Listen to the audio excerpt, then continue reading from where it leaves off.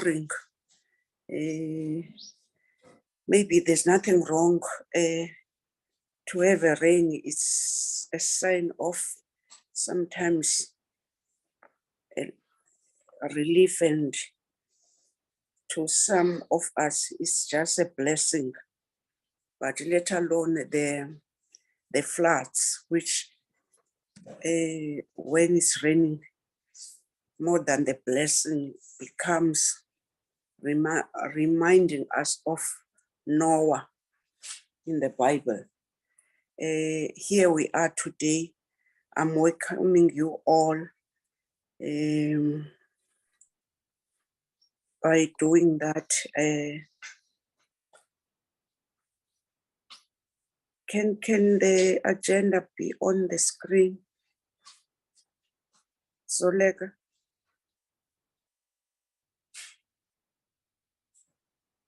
Yes, I welcome you all, honorable members, our visitors which are with us, which they are going to tell us who are they, and then also to all the staff of this, the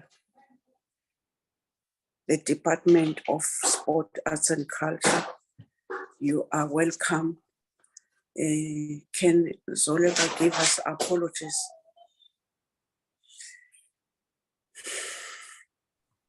Thank you, Madam Chair, and good morning to everyone. We have an apology from Inkosi Lutuli, who is not going to be joining us because he has another commitment. We also have apologies from the Minister, the Deputy Minister, and the Acting DG, who are all attending a cabinet lekgotla. Thank you, Madam Chair. Thank you so much. I did get a double apology to me. Also, the acting DG did communicate with me saying that the DDG councillor is going to lead the delegation of the department. I did get that apology. Can anyone propose the adoption of the agenda? Chairperson? Yes. I don't know. I move for the adoption. Oh, why today your voice? I'm not recognizing it. Thank you, Honorable Mhlongo. Honorable Mhlongo proposed the... I move for the adoption of the agenda, Chair, and note the apologies. Thank you, Honorable Mhlongo. Any second, Honorable Adams? Thank you, Chairperson, and good morning. I second on the proposal of Honorable Mhlongo. He's so vibrant this morning, so I do want to second on his proposal. I thank you. It's conditional when you support. He is always vibrant. It's conditional. We cannot note that. I'm an Honorable Adams. He is always vibrant. Okay, honorable members, the agenda is being seconded, and now let's just go to the second point. Let me again welcome the DDG Khan. You can tell us who are you with you. Thank you so much to you, DDG.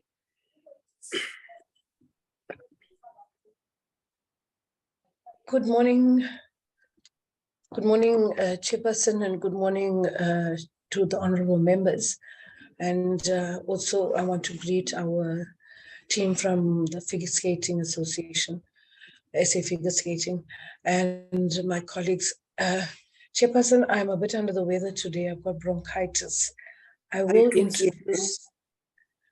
introduce the team from DSAC, and with your permission, Madam Chair, when we get to the agenda, the overview, I'm going to kindly ask Mr. Simpiwe Nube to take us through the presentation, because I think if I'm going to try, I'm going to be coughing and sneezing through it. and I want for it to go smoothly. So I'll ask Simpiwe to do that. But just to indicate the delegation from the department chairperson, I'm Sumaya Khan, the DDG responsible for recreation, development and sports promotion. And we are joined by Mr. Simpiwe Nobe, who's our chief director, and also Mr. Mankopane Manamela, who is responsible for federation support in the branch. We further joined, Madam Chair, by Mr. Lodwick Ralabipi and Ms. Ramalepe. Ms. Ramalepe is the head of the office in the office of the DG, and Mr. Ralabipi is the parliamentary support in the office of the DG. Madam Chair, we further have Mr. Simeon Kanunu and Mr. Sivuyele Watani, who are the parliamentary support to the minister and to the DG, to the deputy minister respectively. So that's our delegation, Madam Chair. Thanks.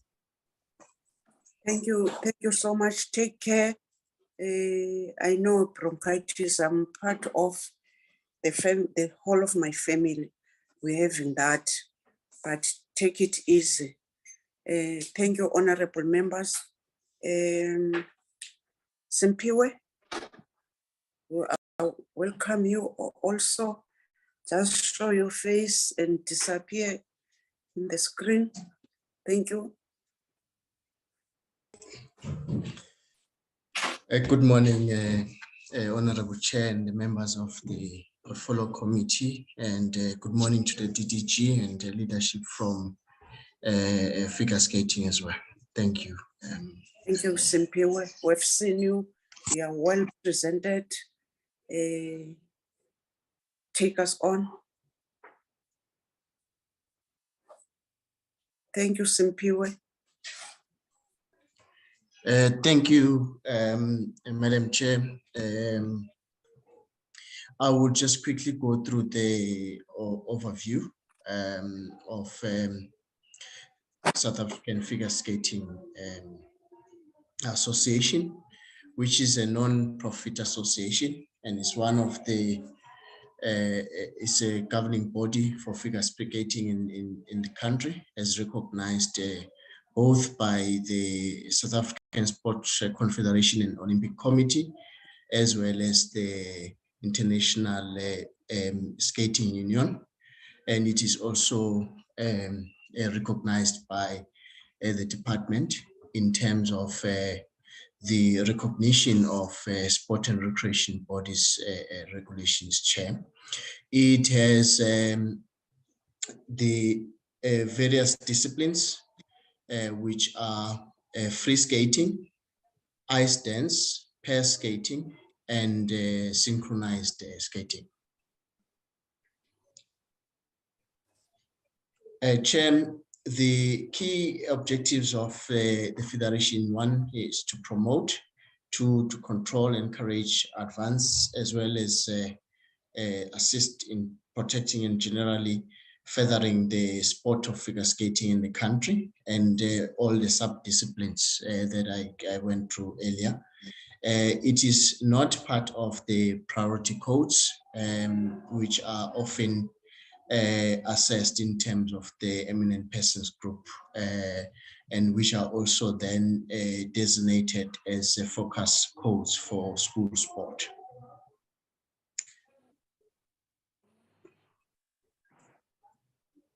In terms of the brief for today was to just make sure that figure skating focuses on its annual report and any other matters that would need to be brought to the attention of the committee. Simpiwe, there's a lot of noise behind you. Whoever who's with you, they must lower their voices. Please. Okay, it's strange because I've locked myself up in the office, but let me check quickly, ask the colleagues who are outside to. Okay.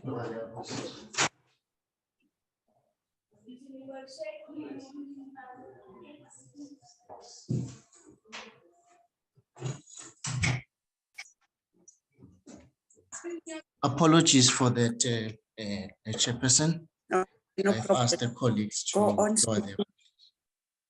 Okay.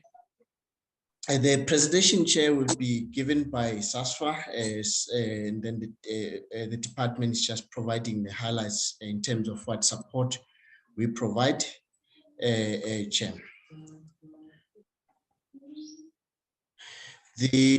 In the last financial year, the Federation, in terms of its submissions and application, it received about 400,000, which covers both their high performance programs as well as their interprovincial competitions, which then leads to their national competitions.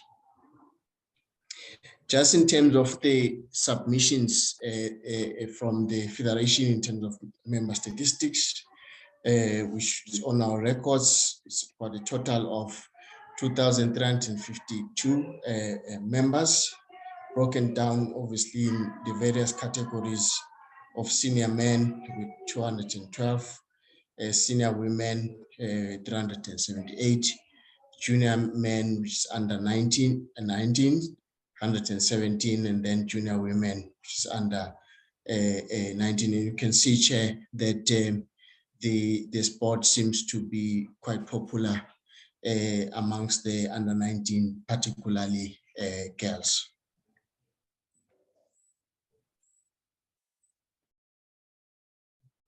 The sport, Chair, is a bit of a unique one because it really it depends entirely on the access and availability of the ice rinks, which in most cases are privately owned. The list is provided in terms of the ice rinks that are in the country. In Gauteng, Northgate Ice Rink, the Durban Ice Rink, which is located by Mhlanga, the Festival Mall again in Gauteng, the Grand West Ice Station, the Grove Ice Rink in Gauteng, Galeria in KZN, the Forest Hill in Gauteng, and then Ilang Ice Rink in Mpumalanga. Then the Olive Grove Chair, the indication that this one is no longer in use. Chair will see that some provinces certainly do not have the ice rinks.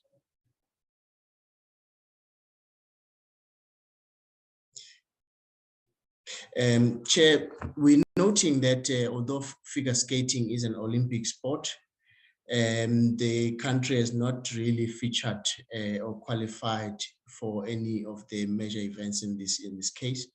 The code did not feature in the 2018 as well as the 2022 Commonwealth Games as well, and last qualified for the Olympics in 1998. Certainly, Chair, with the limited number of ice rinks, do not bode well for the code as well as citizens, but this is an inherent limitation in terms of the code and its popularity, although it is quite an enjoyable code for most of us, including myself. I skate now and then. Thanks. The next slide.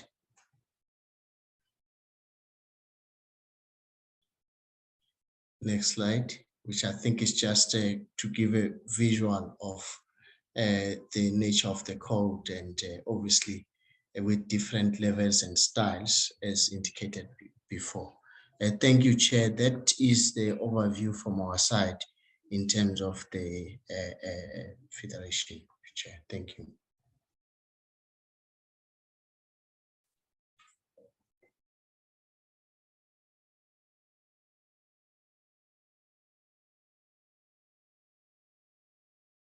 Thank you very much, Chairperson.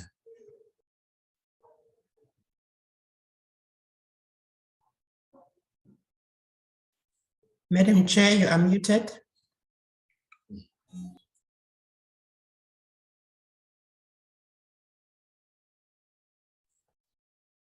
Madam Chair? Yes, I don't know. I was trying to unmute me. Thank you so much, Simpiwe. Now this is time that we must give it to the South African figure skating a chance to talk to us and to introduce themselves. Thank you so much. Good morning, Honourable Chair. Good morning, honourable members. My name is Ricardo Jacobs. I'm the president of South African Figure Skating Association. Can you face your face?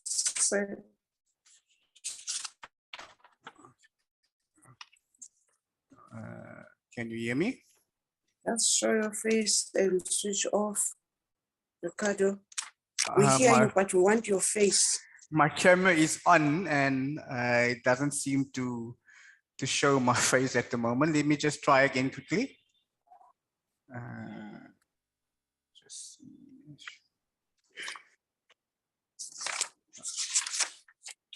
It doesn't seem to want to show my face at the moment. I don't know what is. It was working earlier on. Let me just try one more time. I'm going to check. Let me just see here quickly. Close that one.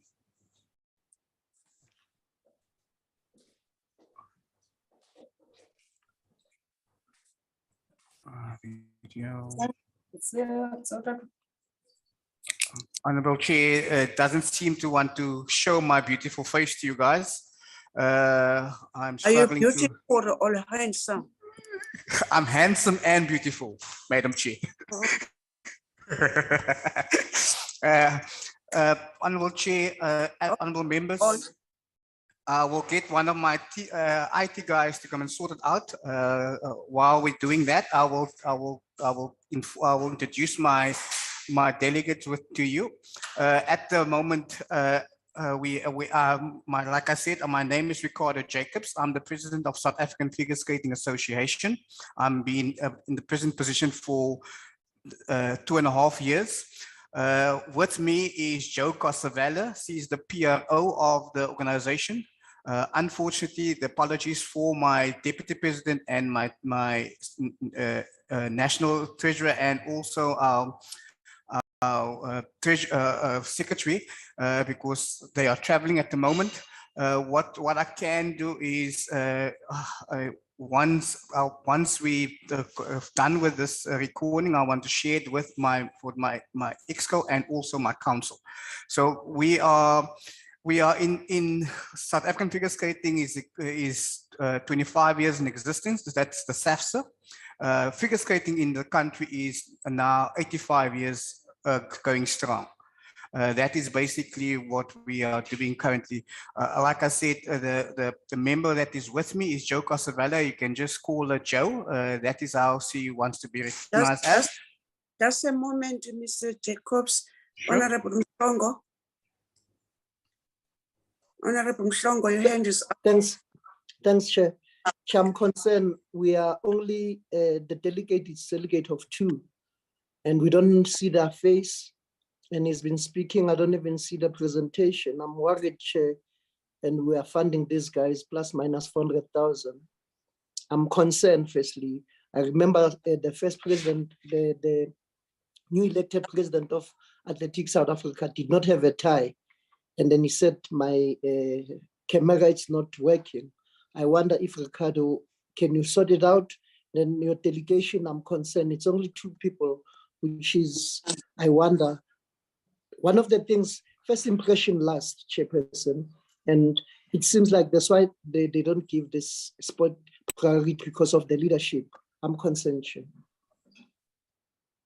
Honorable Mhlongo, noted. I cannot do any other thing or otherwise.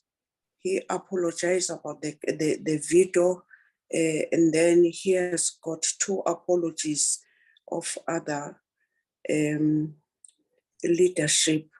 And then when this other one taking a platform, we're going to show his face.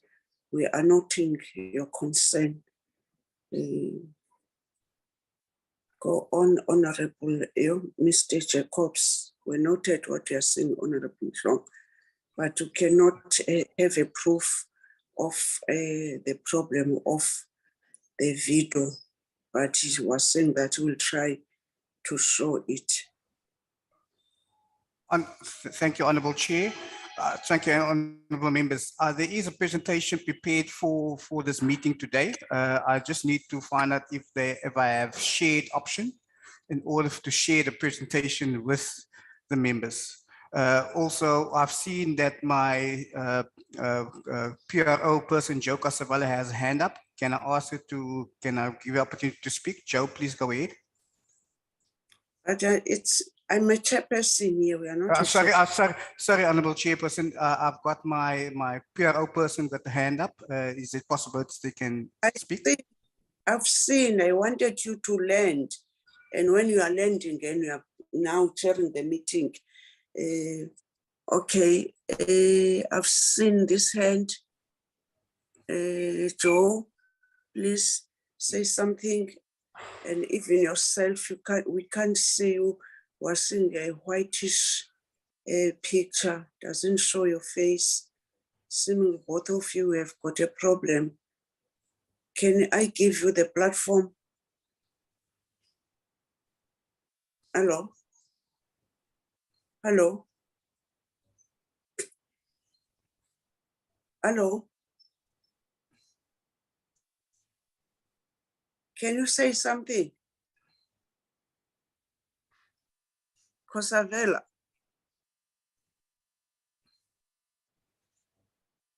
Seemingly you all have some problems.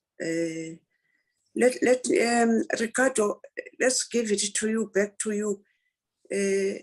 He's not talking. The picture is there's no picture. Yeah.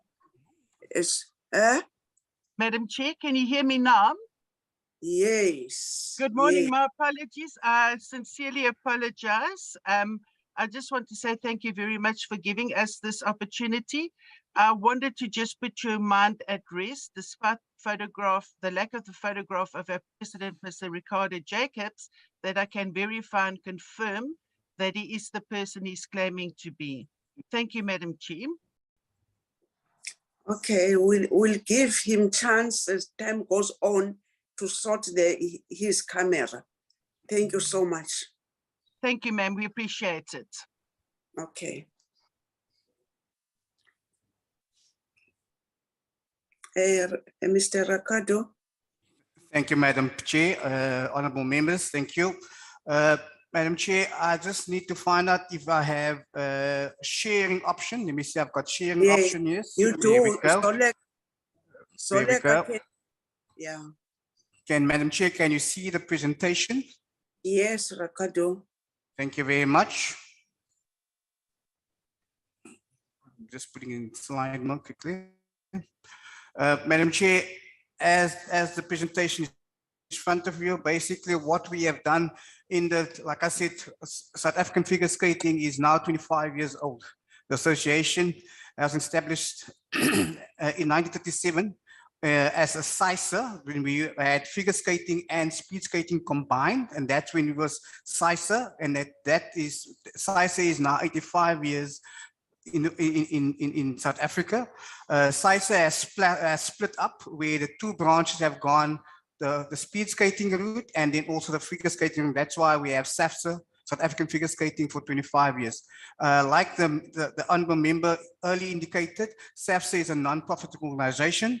We are official governing body of South African Figure Skating. We're responsible for the management of the sport. We're also responsible for representation of all athletes. South African Sports Confederation and Olympic Committee, we are a member of the SASCOC, and we've been a member since 1938. Madam Chair, South African Figure Skating, like we say, it's an NPO, it's a non-profit organization registered, and there's our number. Our volunteers, office bearers is myself, the president of Ricardo Jacobs, the deputy president, Mr. Shifal Yun, our national secretary, our treasurer, our national development officer, and our public relations officer, which is Joe Casavella. Basically, what our primary objective for figure skating in South Africa for me, my personal private objective is to develop figure skating for my athletes, number one. My second focus is to make sure that the organization grow and develop. The further development, it is for the 4 disciplines that we have is the singles, the pairs, and the ice dance and synchronized skating. We are all looking at the long-term participation development plan, and that is for our athletes in order to develop them and to become high elite athletes in order for them to feature on the big stage in the sense of the world competitions and the Olympics, and that is our aim and that is our goal at the end of the day. We have a development team that works with us, which has a national technical committee. We have a South African Figure Skating Commission, which is the coaches commission. And then we have the Sports Confederation, which is the SASCOC, that works with us in a sense in order to achieve this. The demographics that we have in the sense of within the sport, because of the annual report that I'm presenting to you today. The annual report that I'm presenting today is for the 2020 and 2021 season. Because of COVID, it had a major impact on our sport and as with other sports as well. So for us, in a sense, our numbers did not increase. We try to retain our existing members, and some of our existing members also, we've lost some of existing members, and currently the organization is now working on a drive in order to push that forward again, in order to grow the numbers again in South Africa's borders. We have 48% club members at all previously disadvantaged group, the PDIs. The PDIs persons must be encouraged and become coaches within our organization, and that is what our drive is as well for the focus for the SAFSA. Basically, what we're looking at in order to develop these coaches is we have now embarked on a national coaching syllabus or program, as we can call it. It's the PSA system that we're using. It's a system that was developed within the American coaches system, and we have now adopted that system in order to develop our coaches within our country, in order to develop them and in order to be able to apply these skills also not just nationally, but also internationally. The agenda of the development and transformation and mass mobilization course continue to occupy the highest priority for the SAFSA. So our focus is still to drive and get everybody, doesn't matter who you are. South African figure skating is endeavoring in order to make it the sport accessible for everybody. Doesn't matter who or where you're from. We are making sure that we are trying to go to the areas where the rural areas and also where the most disadvantaged people are at the moment, and we are focusing on those at the moment in order to develop that, in order to grow our base for figure skating and also to develop these athletes further. We have, when we look at judges and officials within our organization, important to have officials at the international level. So basically what we have 2 officials, international officials that has retired. We are still utilizing them on a national level, but not internationally. And with these people with the international judging qualification, we are trying to develop our younger judges coming through and also to give them more exposure in order to send them on courses and also to develop them as well on the international level. We enjoy a wealth of experience gained by the ISU, our International Federation, in order that is supporting the SAFSA in order to develop our judges and our officials in this capacity. The benefit of this is to transfer knowledge to all our judges, not just internationally, but also nationally and also provincially, and also our coaches. Like I mentioned, the COVID pandemic had a major impact on the training of our officials. So what we have done, and like all federations, probably all sports federations have done, we have now gone to the online platform where we did training and seminars, and that was held for both judges and coaches during the years of the pandemic.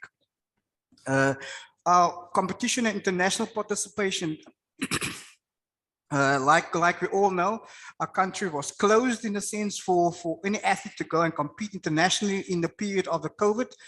So there was hardly any participation of our members or our international athletes in order to compete, and that this restriction was placed on the whole country. Like I said, provincial athletes were not able to hold annual provincial champions because of this. We also did not hold one in 2020. In 2019, we had to cancel our national championships because of COVID, and we had to shut our doors in a sense in order for our athletes and our coaches in order to go forward, in order to make sure that they can develop themselves and also the sport going forward. So for that 2 years, the organization almost came to a standstill.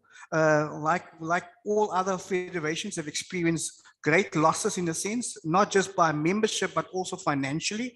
And that is basically what we've learned from this.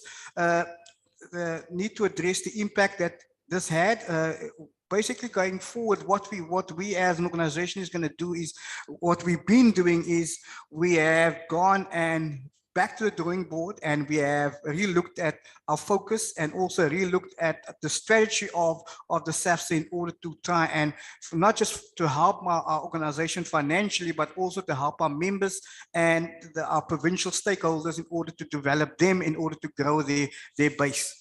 And that is basically on that. Statistically and general information, excuse me, as from March 31st, 2021, no activity due to the COVID pandemic and the shutdown. Stats in Chile hasn't changed from the previous years because of this, of the COVID pandemic. Direct membership, when you look at the direct membership in a sense, if you can see on Gauteng North, there's no members reported because of the reason for there was no members reported, because is the information that was submitted to HQ, to our executive, was incorrect, and I felt that it should not go into my annual report, because, and then I will then have to give you the DSAC information that is incorrect, which I do not do. So that's why we kept that information out of the report, and we have actually reprimanded the Gauteng North in a sense on this matter. Our club member statistics, basically we have, these are the number of clubs that we have within the borders of South Africa. We have 3 clubs within the Western Cape. We have 2 clubs within Durban, and we have 2 clubs with 2 clubs within Gauteng.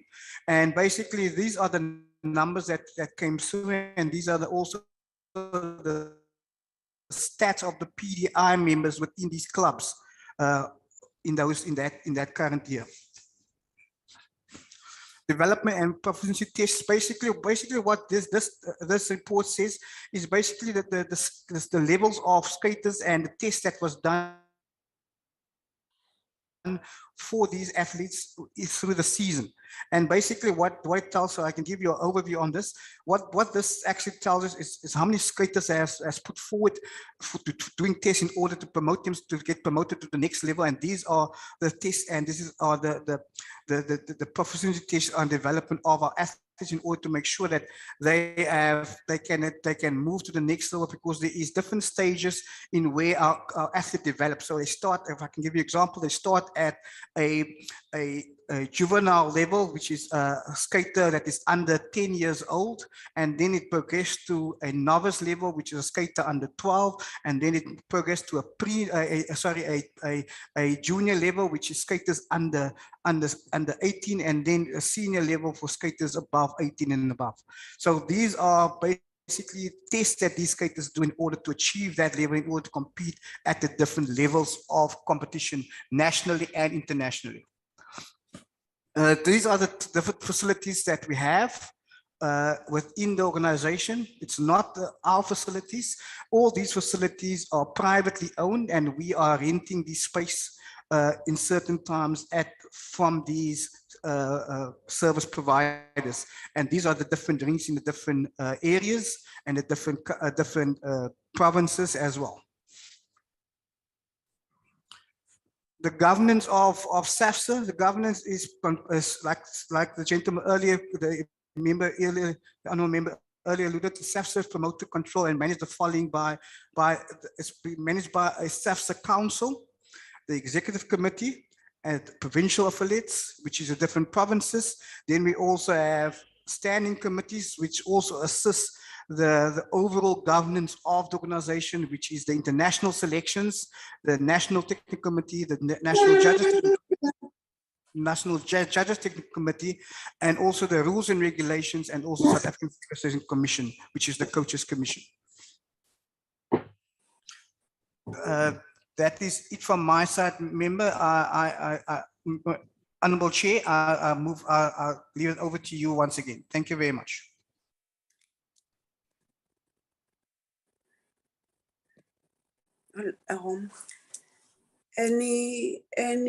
Anything with the financial statements, or do you have CFO who can talk about your finances? Madam, sorry, Madam Chair, our CFO, like I mentioned earlier, is apology from our CFO, the treasurer. All my members. The reason why these members could not be here as well is because of the short turnaround time that was given as well, because the previous meeting that was scheduled was cancelled or postponed. And that was the reason for our members not being available, and some of them are traveling as well, as I've mentioned. I can't believe how much time do you want to be given? Because as these members, we know when did we take the decision that you must come. I don't think it's an excuse, that one. These honorable members can confirm. But I don't know, what does that mean? Honourable Chairperson, all my members that is serving on the executive with me, we are all, like I said, we have all volunteer based, and we're all permanent employed. And basically what we do is we do this after hours. This whole sport, we are driven by non-paid members. We are all volunteers, and all of them are permanently employed, and all of them are on the road currently for their work. And that's the reason why there's the absence of my executive. Now, I'm not disputing that, Ricardo, but the report can be presented by whoever who's present with us. We did read your presentation, indicated that you are volunteers, but the next time we can't accept not to have a report, because in reality, it was not the short notice. We don't do that when we're inviting people. Let me take this time. Thank you, Ricardo, to come in this meeting, being all of you volunteers. But in reality is that we do appreciate that whilst you are volunteers, when you are given money by the department, we expect each and everyone, full-time or no full-time, to come and account about the funds of the department. Because when we are not accounting, the department won't have a clean audit through the AG. Honorable members, let me take this opportunity. Please take your slides off, so assist them. Excuse me, Madam Chair. Yes. I see Ms. Kosavela has written some information on the chat. I'm not sure, maybe if you want to give her a chance, if she wants to add something. Yes, okay. He must, so thank you so much.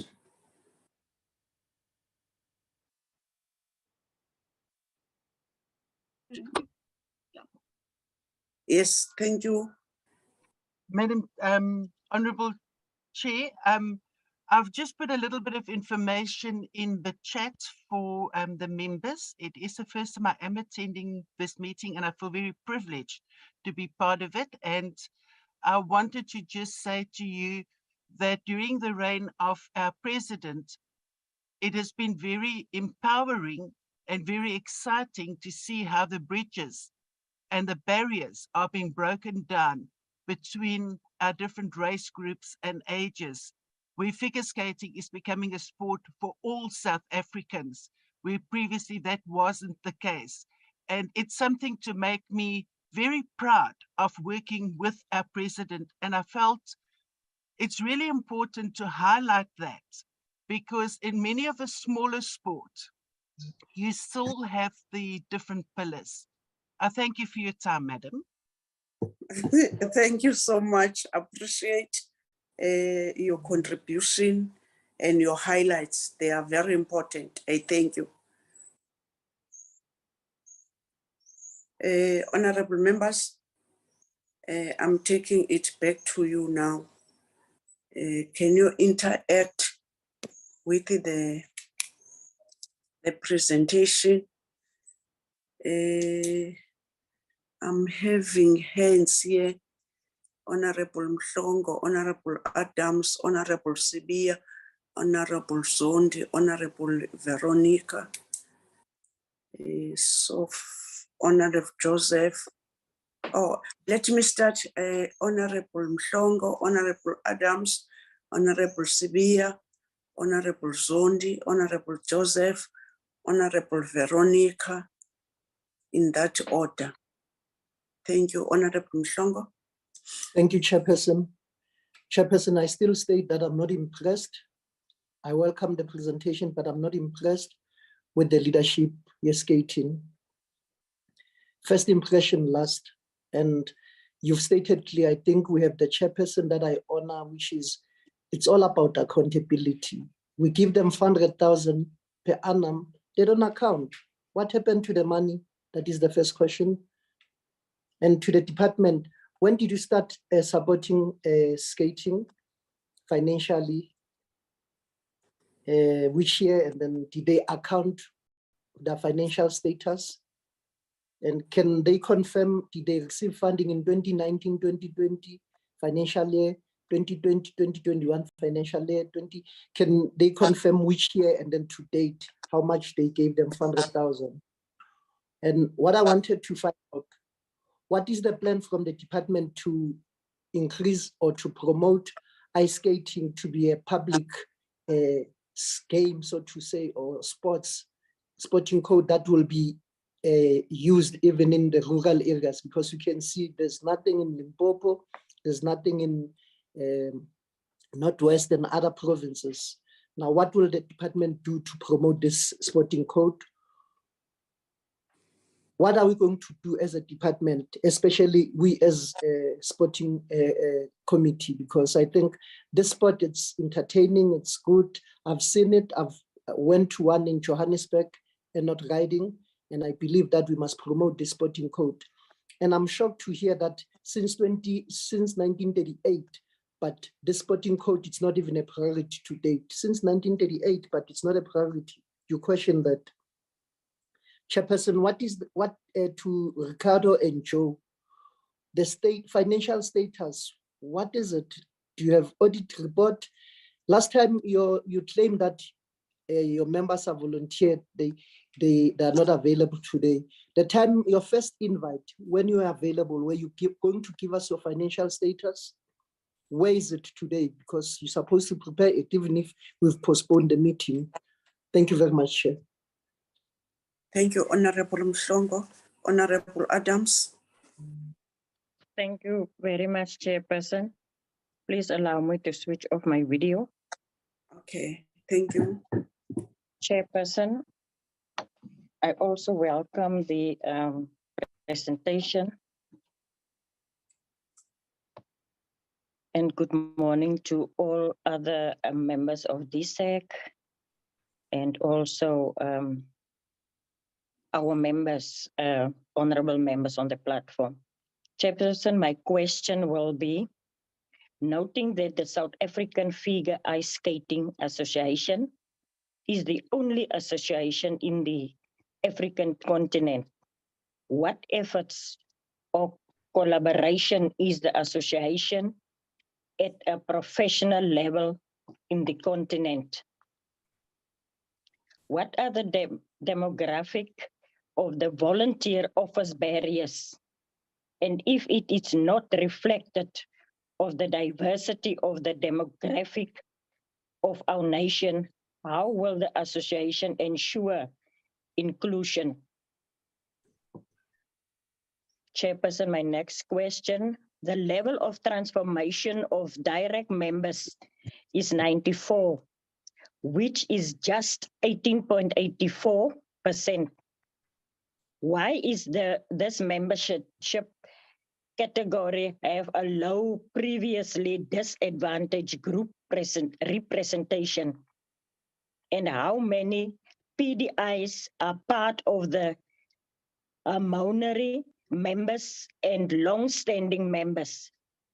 My last one, Chairperson, the figure skating athletes receive national colors to represent South Africa internationally. Does the federation cover full traveling costs of athletes, or are athletes required to fund their own trips? I thank you, Chairperson.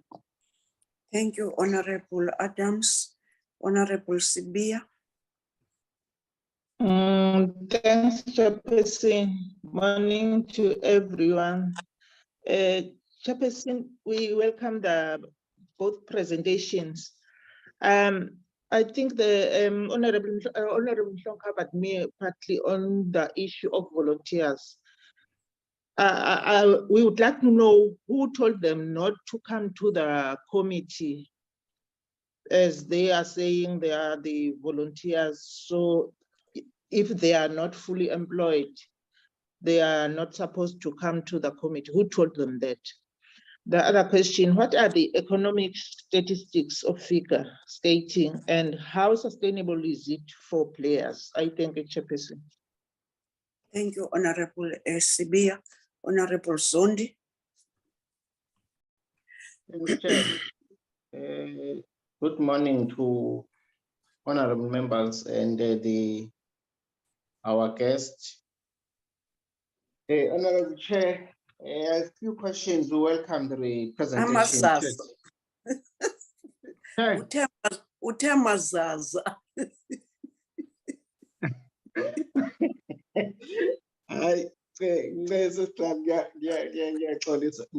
Honorable members. You don't get me. Go on. Chairperson, ukhuluma ngamazazo wabeke lapha ekhaya. Oh. Ah, la la.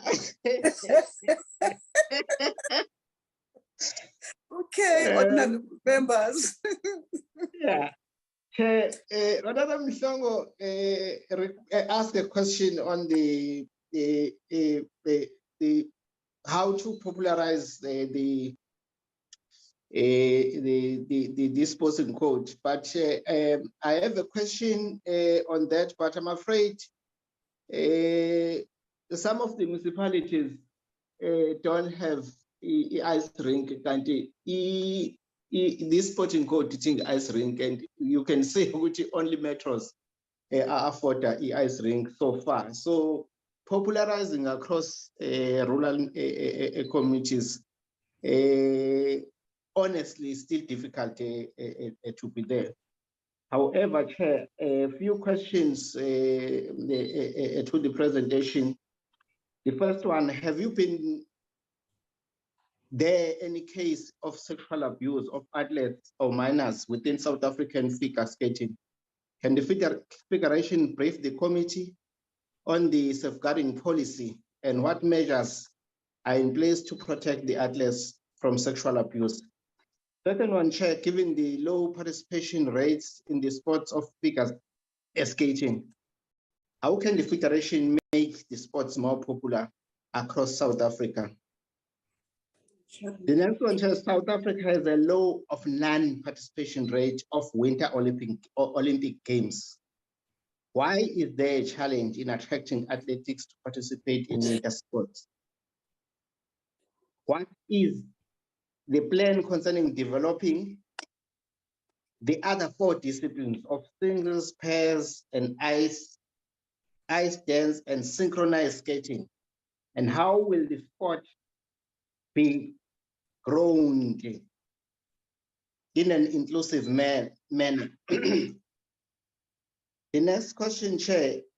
In the 48% of the club members are from the previously disadvantaged grouping, how many are at a competitive phase of figure skating?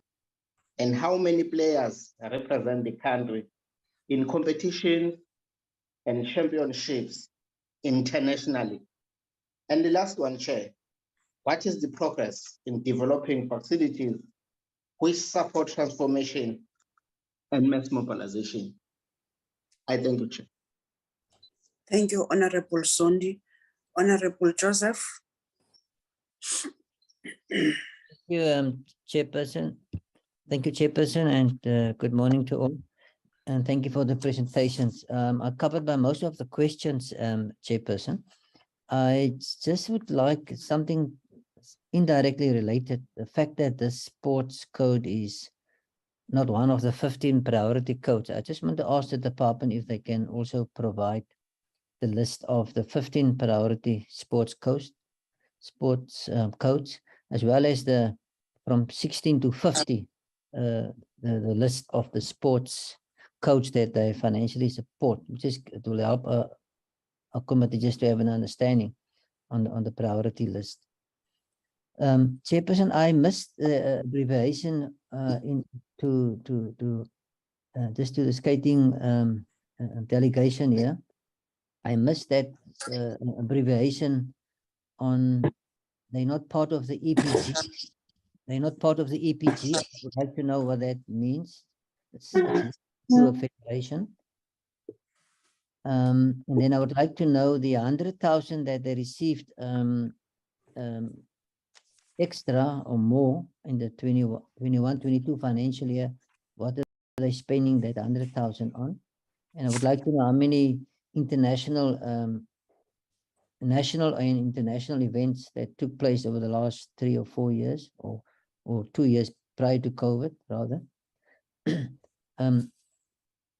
I would like to know if they pay fees to Commonwealth or any other international organizations they belong to.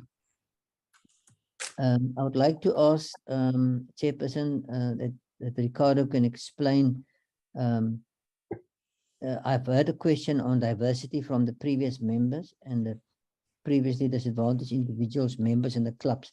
So my question to Ricardo is, how is transformation built into your plan of developing the sports, as you indicated you want to develop the sports? I want to ask a question, Chairperson, on training of officials and the judges, and I would like the sports code to provide us with dates of their training and the programs that took place, the cost of the members or the participants, and the support they provided to the interested persons, and how many attended these training programs and training courses. I support the question from Member Sepo on the financial side. I feel that they must provide us with the last financial statements or annual reports, even if they're not here today. We respect their role as volunteers in the organization. We appreciate their interest, but yeah, there is no excuse not to submit reports to this meeting. So we would like to receive that reports, and we also would like to know. We should know how much of the budget of the 400,000, as indicated, is spent on admin, and how much of it money is going directly into the projects, and Chairperson. And then I would like the department, Chairperson, just to explain to us the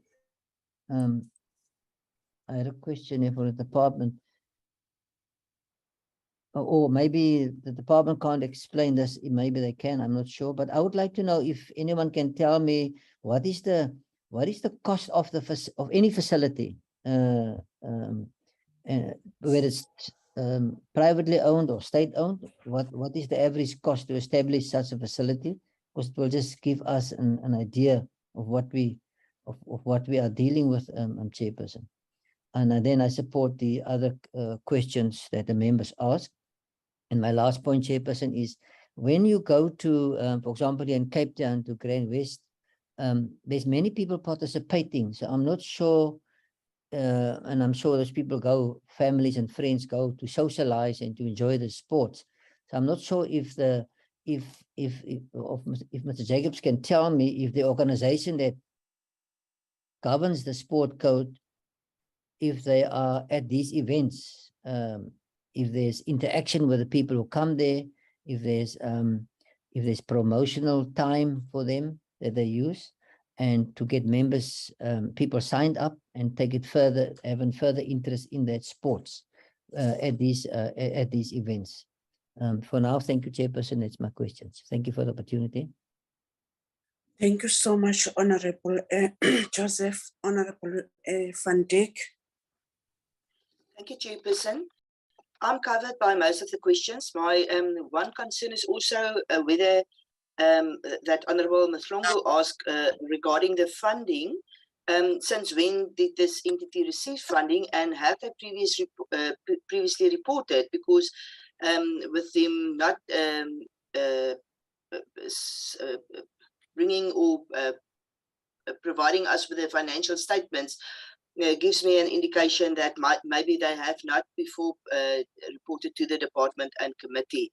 So if we can just get clarity on that. And then from my side, I too am concerned about the safeguarding policies, and I would like to know whether the policies are in place. And as Honorable Zandi asked, whether there has been any reports of sexual abuse, and what do this entity do to prevent that?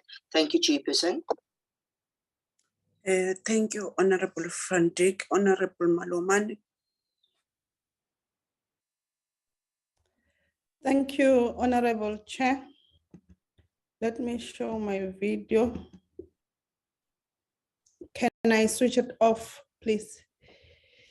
Yes. Thank you. Greetings to everyone. Let me also welcome the presentation, both the presentation. Chair, my question, the first question, it will be based on the issue of the previously disadvantaged grouping, because on the slide under demographics, it says 48% of the club members are from the previously disadvantaged grouping. So I just wanna check to say, do they have any coaches from the previously disadvantaged groups? And what are the future development plans in a measurable manner? The other question, it will be based on the issue of the pandemic, the impact of the pandemic. What is the plan of the association to recover from the impact of the pandemic closures of the sports activities? And what is the loss incurred? And also, I just want to find out on the issue of their financials. I just want to check, how does the federation remain financially sound or stable given the annual grant that is received from the department? And are there any, because I don't see whether do they have any sponsors or whatsoever, because I didn't see it on the presentation. The other thing is that what are the costs associated with participation if figure skating is televised with any broadcasting? Thank you, Chair. Thank you, Honorable Malomane. Honorable Mahlengozi. Thank you, Chair. Let me see if my video is working this time. Yes. I would love to welcome the presentation and also greetings to my honorable colleagues and all the leaders of this entity. Chairperson, The skating organization seem to be taking the committee not seriously, and now that would be my very first question. Are they taking this portfolio committee seriously? Do they have future interest in getting funding from Parliament?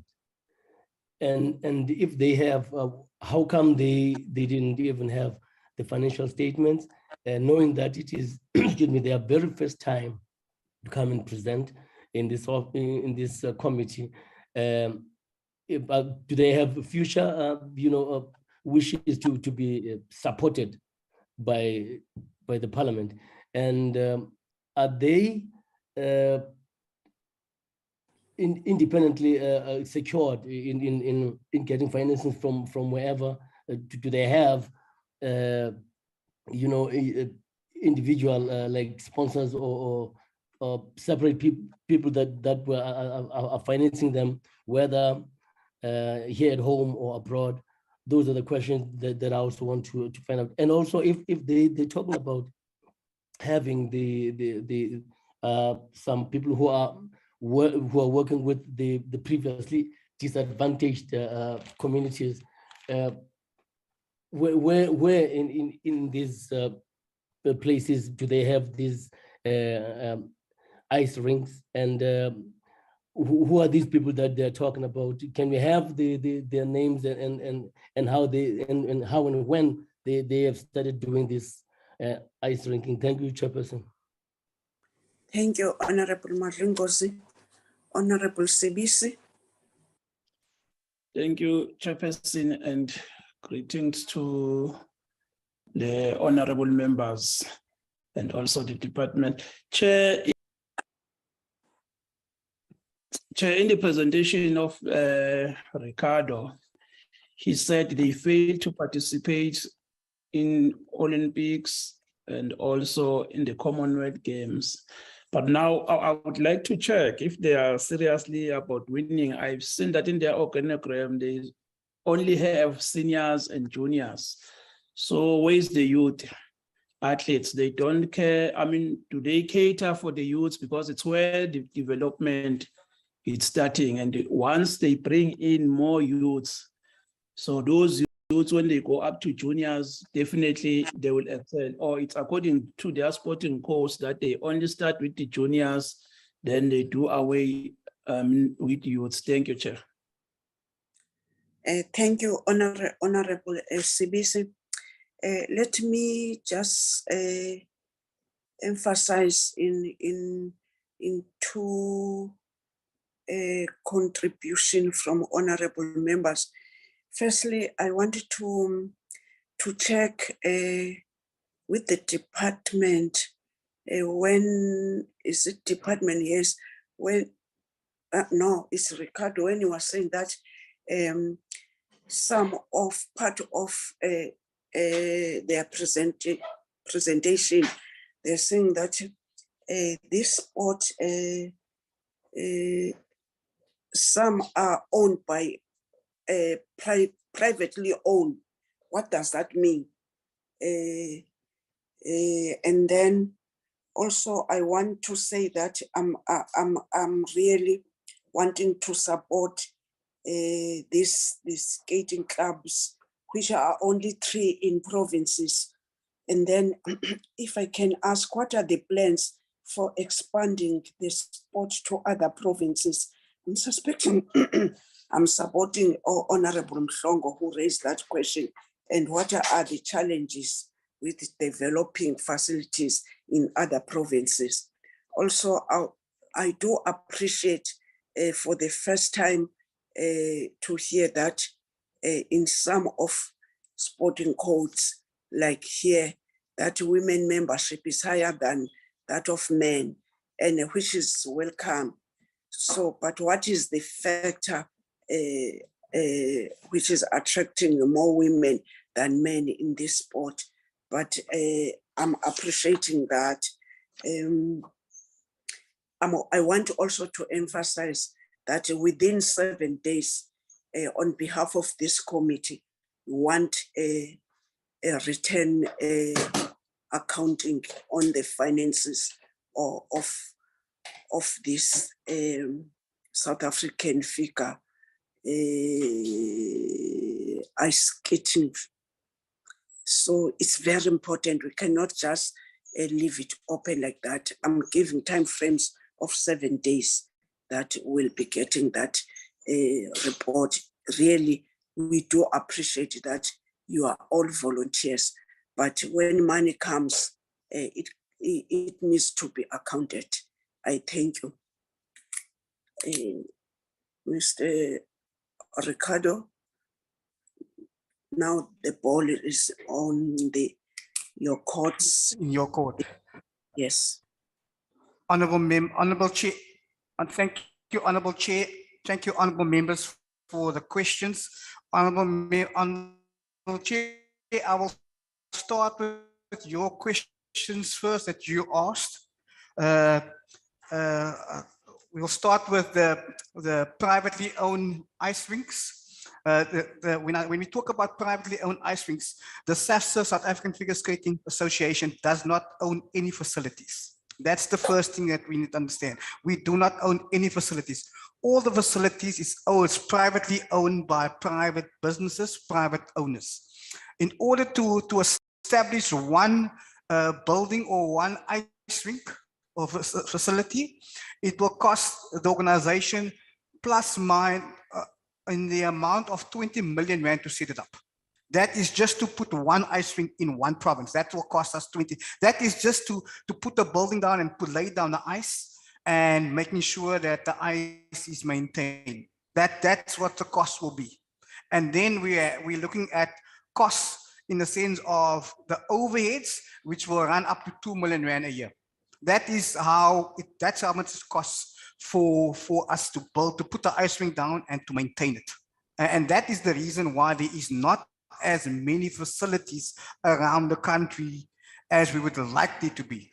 And I'll reiterate this again, the SAFSA do not own any of the facilities. We are not financially strong in order to, we depend on this to allow us to operate our sport within their facilities. These private owners are there to make money, and the biggest factor for them is to generate funding, and that is through public sessions. And that is basically how this operates. So all the facilities around the country is privately owned, and there is no government-owned facility. There's nothing like that. It's only private owned, and we depend on these service providers in order to do our sport within those facilities. So that is to cover the privately owned facilities. Skating clubs, you said you support the skating clubs. At the moment, what we are doing now also embarked on a couple of things. We have embarked on the following. We've embarked on, Honorable Chair, can you repeat that? Ricardo, what is going on now? We are cut. Why is cutting? Do you change the place where you are sitting? Because I cannot say switch off your video. No, your video is off. No, okay. I've not changed anything, Madam Chair. Can you hear me now? Yes. Can you hear me much better? Okay. Yeah. Do you want me to start on the privately owned organizations again, or can I continue? Continue. Okay. Please. So what we're doing thank you, Madam Chair, Honorable Madam Chair. What we are doing in order to support our clubs, we are now focusing on establishing more clubs within provinces. Our stakeholders, which is the provincial body, are now instructed by the council and the executive in order to roll out more clubs in more areas.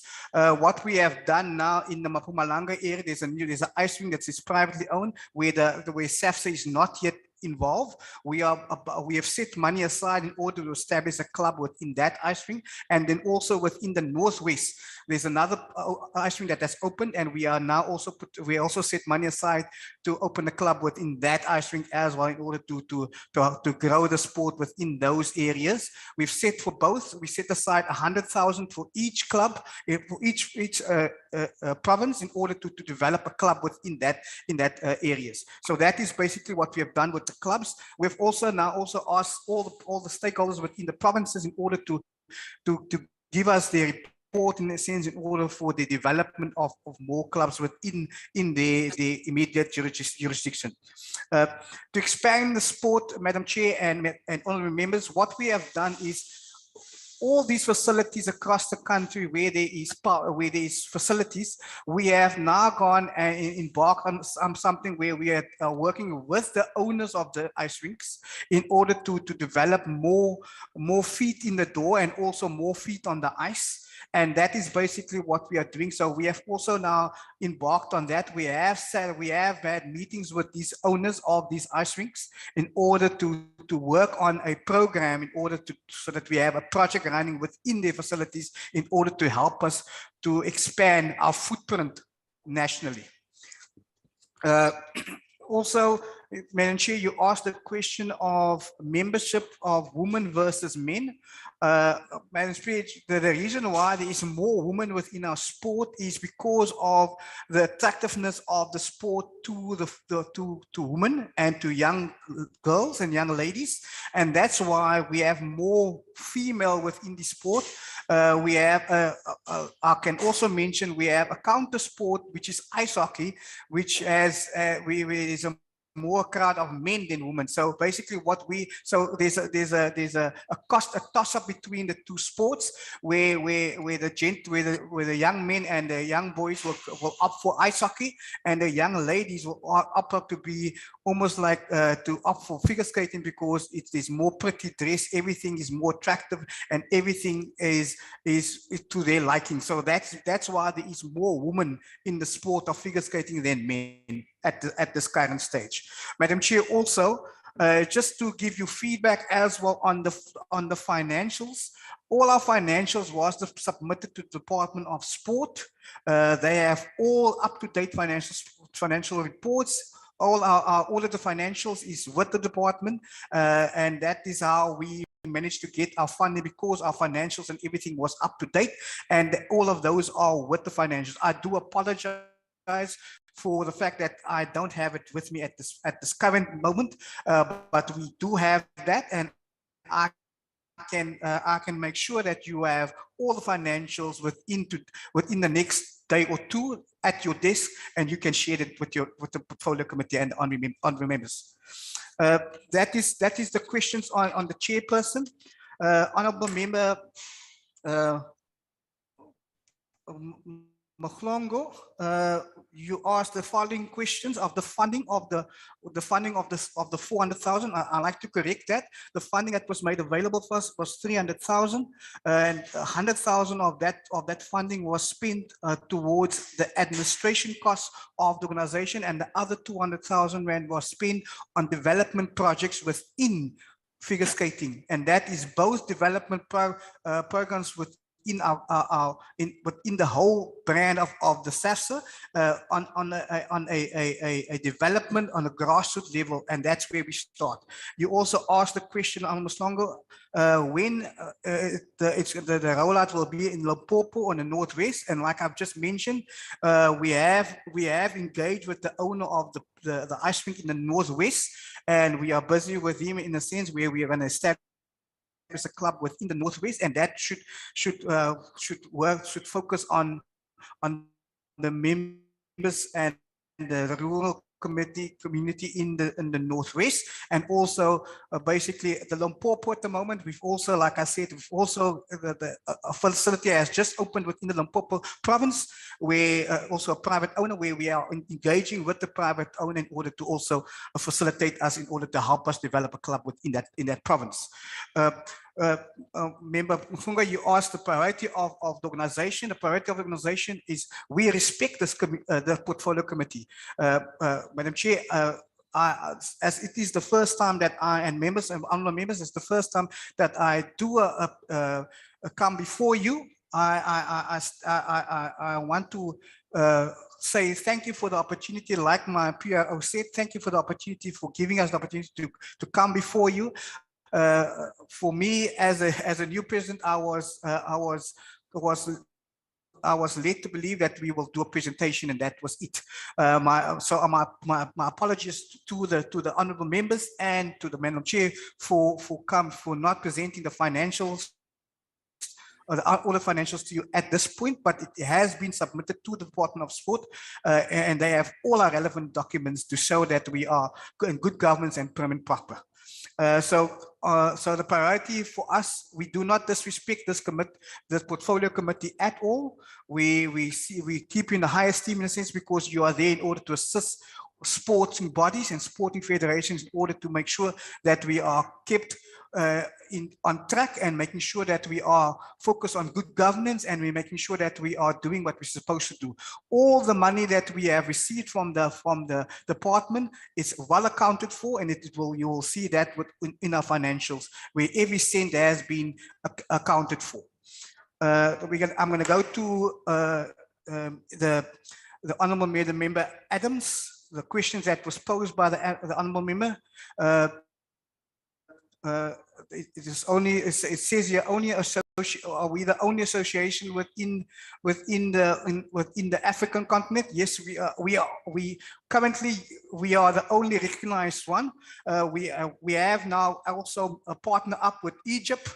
We've partnered up with a member in one of the African countries as well. So we are now taking the lead with them in order to guide them in the sense of what the figure skating is all about. They have now established a couple of icings within Egypt, and also within the other African country is Senegal in a sense, and also there was also one mention of the Kenya, and we are now taking the lead in order to guide these individuals in order to get them also to the level of a national and international standard. So we are partnering with these African countries.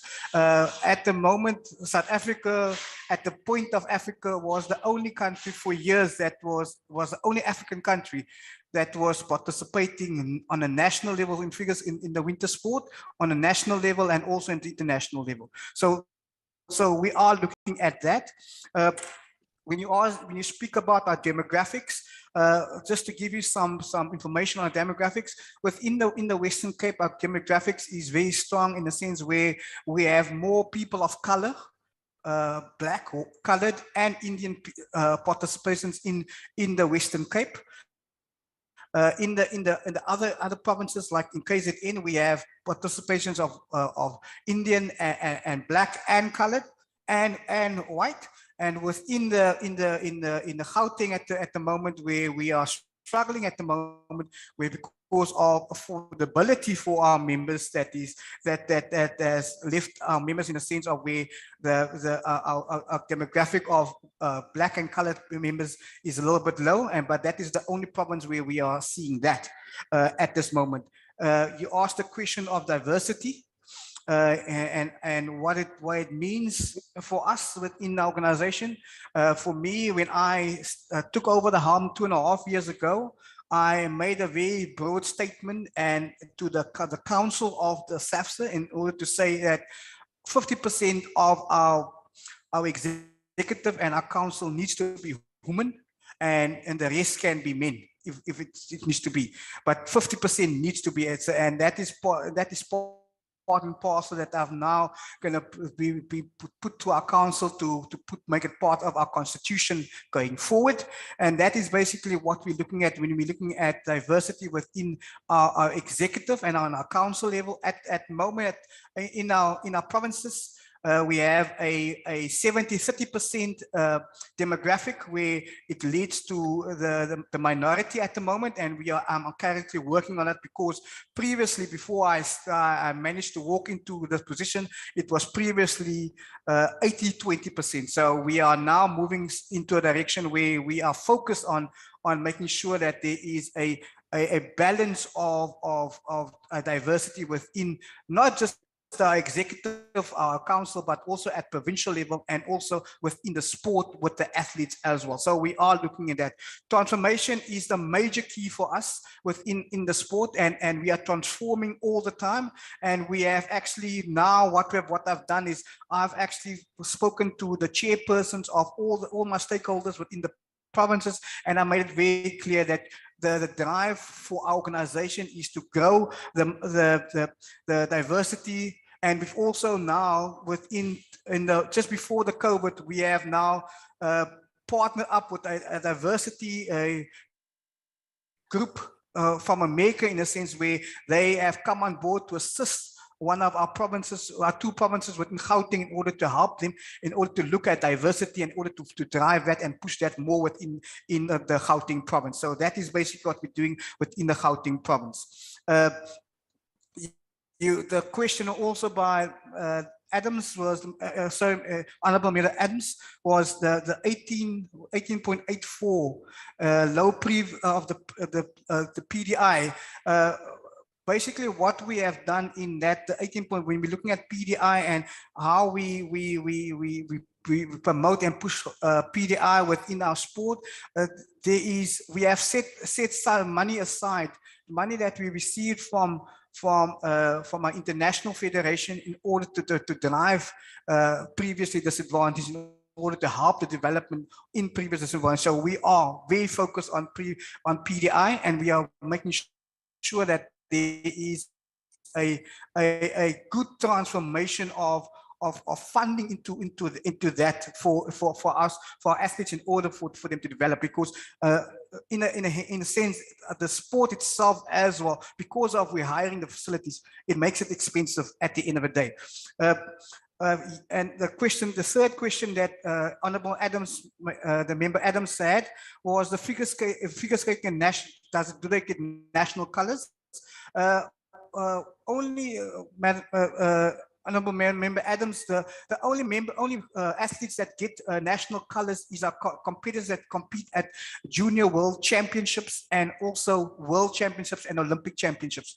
The other competitors that goes to other international competitions, they do not get national colors. They get the SAFSA colors in order to present the SAFSA at international competition. So everybody don't get automatically Protea colors in order to go and present South Africa internationally. The only our junior level, and at the junior level, which is at the junior level skating, and also at the senior level, they get presented with national colors, which there's a process that we follow via the SASCOC. And now I'm going to move to Honorable Member Sibaya. The question where he says the volunteers, nobody told them that they should not come to the meeting. Honorable Member, the members and I'm not making excuse for any of my members, for any of my executive, my executives informed me that look, the turnaround time is a little bit short, because their business and their jobs that's planned already, these things where they're on the road previously. So we do respect this committee, and we respect the members of this committee, and we are not taking it as a nothing that you've asked us to appear before you. We respect the fact that who you are, and also what you stand for. The economic status of SAFSA, and also the status of the SAFSA and the affordability of SAFSA. Now, when we look at the economics of the SAFSA at the moment, previously, like my PRO mentioned, the SAFSA was seen as a white elite sport. And we, over the years, over the 10 years or that I've been able to be part and raise my voice on a provincial committee, and now that I'm sitting at the helm of the sport, we have grown the organization in a sense, economically wise. We have managed to financially, the organization, look, we are a small organization I can tell you also, because you will see my bank statement with that there's a balance of 2 million rand within the bank account, in a sense, for different projects, for different development, for different projects within sport within South Africa, and that's how we have grown from a balance of 14,000 to a balance of 2 million rand, in a sense, over the past 6 to 10 years. The status of the organization is strong, in a sense where we have for the last, prior to me taking over as the president of this organization, we have not received funding from the Department of Sport. Okay, the last 2 years is when we started to get funding from the sport, where I have put all the reports together, making sure that all financials and all good governance is in place in order to get the funding from the department. And we have now for 2 consecutive years received the funding from the Department of Sport. So we appreciate every support that we get from the department. You asked the question of affordability. Yes, our sport, because of the situation that the sport is in, and also because of the facilities that we are not owned by the SAFSA or not run by the SAFSA, the affordability becomes a question. The affordability becomes a question in the sense of who are we earmarking, who are we targeting for the sport? Now, I can tell you categorically that I am targeting all South Africans. And I've now put it in place where I want to make it affordable for all members of South Africa in order to participate within our sport. And we have created now avenues and also opportunities where we're going to roll out certain projects in order to help the PDI, the people in the rural areas and stuff like that, to develop them more in order to get them more inclusive into the sport, and also to develop them, and not just to say, okay, we're going to spend 1,000 rand on them and see what they can do. Now we are actually now putting our hands in our pocket, and also to try to move the sport forward with our people in the rural areas, also our previous disadvantaged people, in order to help them to grow the sport and help them develop, not just as athletes for South Africa, but as greater human beings within the South Africa as a whole. So those are the things that we're looking at, Member Sibaya, Honorable Member Sibaya. Honorable Member Zondi, your question is how do we prioritize the sport? And that is a question that I will leave over to the Department of Sport, because that question is posed to them. You asked the question as well of, was there any sexual abuse within the sport? I can tell you here, and in category, that there was never any question of sexual abuse within our sport, not before, not now, and not even before me. And I'm very happy to say that we are SAFSA, South African Figure Skating, has already rolled out the safeguarding with the Guardian within our sport for the last, just before COVID, that when COVID started, we have rolled out the safeguarding within our sport already. And that has also led that our international federation, the ISU, has also came on board, and they have now implemented that worldwide as well. So we are ahead of the curve at the moment, and we have done those kind of things in a sense where we are making sure that the safeguarding is in place. We have forwarded all our policy document of safeguarding also to the Department of Sport, and they have that also on file. The lower participation, how can we increase that? Like I've previously mentioned, how we're going to increase that. We are focused on certain things wherever there is a facility within the country, we're going to be, SAFSA will open a branch within those facilities in order to drive the sport, in order to grow the sport. And that is how we're going to increase the low participation of athletes. And we're also going to develop them, putting through a development program, which we call the stepping stones, which I have developed within in the Western Province, and it worked, and it showed great rewards for the national body, that it can happen and can work, and we have proven results of that already. So that is just on the questions of Honorable Zondi. I'm coming now to the questions of the Honorable Zondi. Continue. Why is it so low? And I've just mentioned because of affordability. It has always played a big role within the numbers of this in figure skating, but we are addressing that matter at this moment. We are putting funding aside in order to go and say, okay, what do we need? How do we need it? But we're also not doing it just from an HQ level. We are also doing it from on a provincial level and club level as well. So we are, it's filtered down from top down, and that goes from our HQ to our club level, our provincials, and to our club levels in order to make sure that we grow the numbers. I've also answered your question how we will grow the sport in inclusive manner.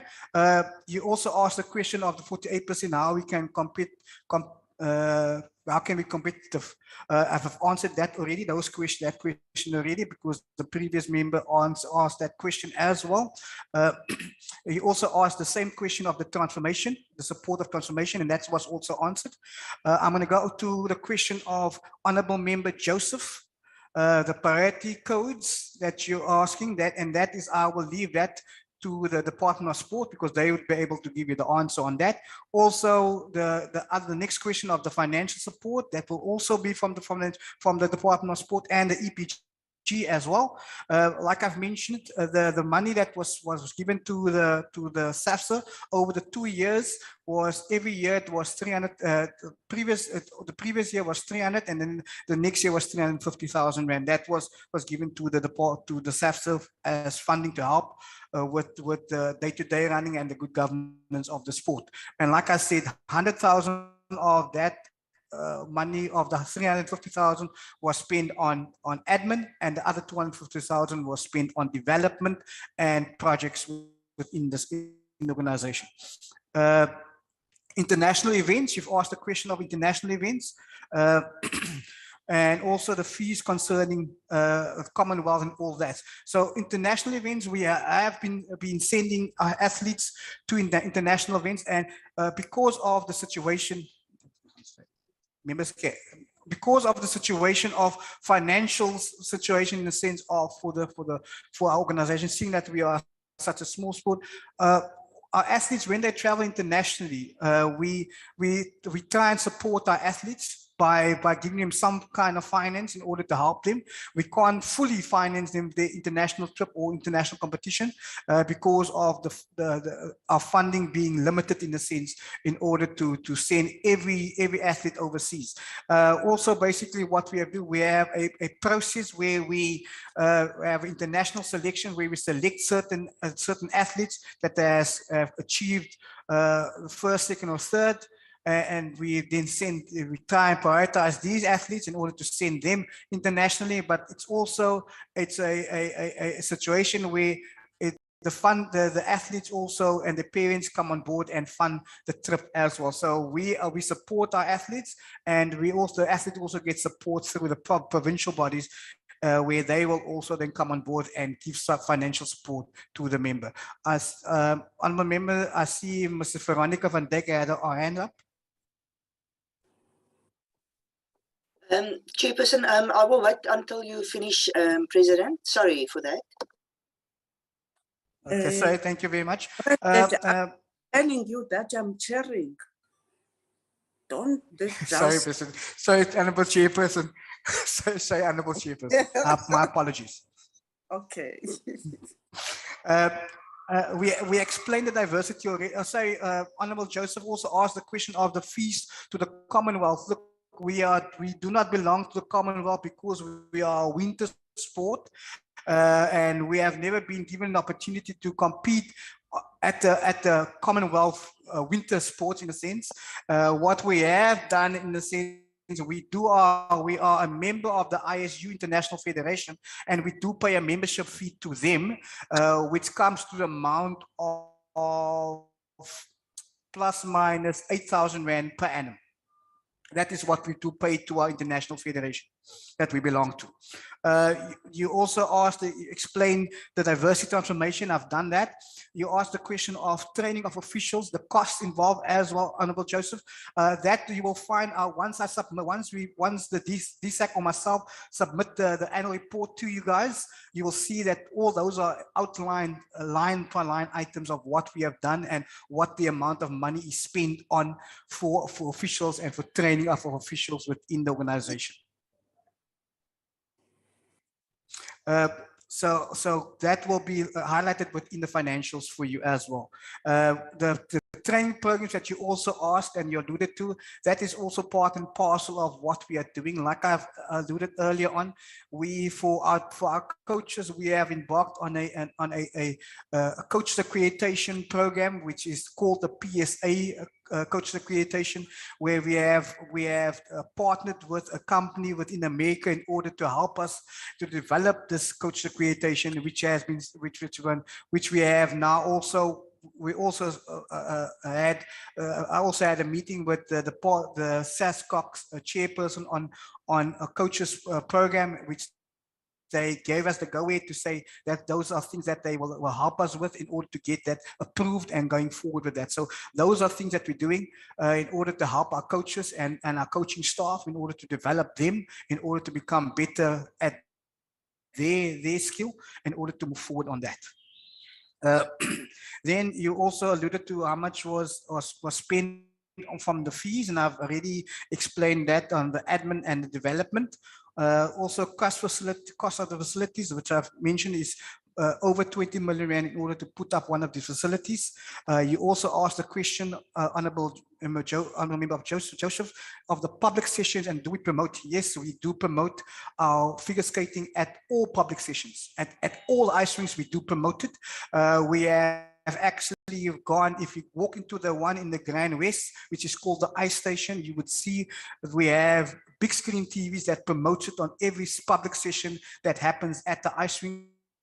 We have also done shows and stuff like that in order to promote figure skating at other venues across the country, where we've invited the public to come and watch the spectacle of figure skating on ice. So we are always promoting the sport of figure skating. We are always promoting the sport of figure skating also at our schools, where we do presentations at our schools. So we have done all these kind of things in order to promote the sport of figure skating, not just at the ice rinks, but also in schools. Excuse me.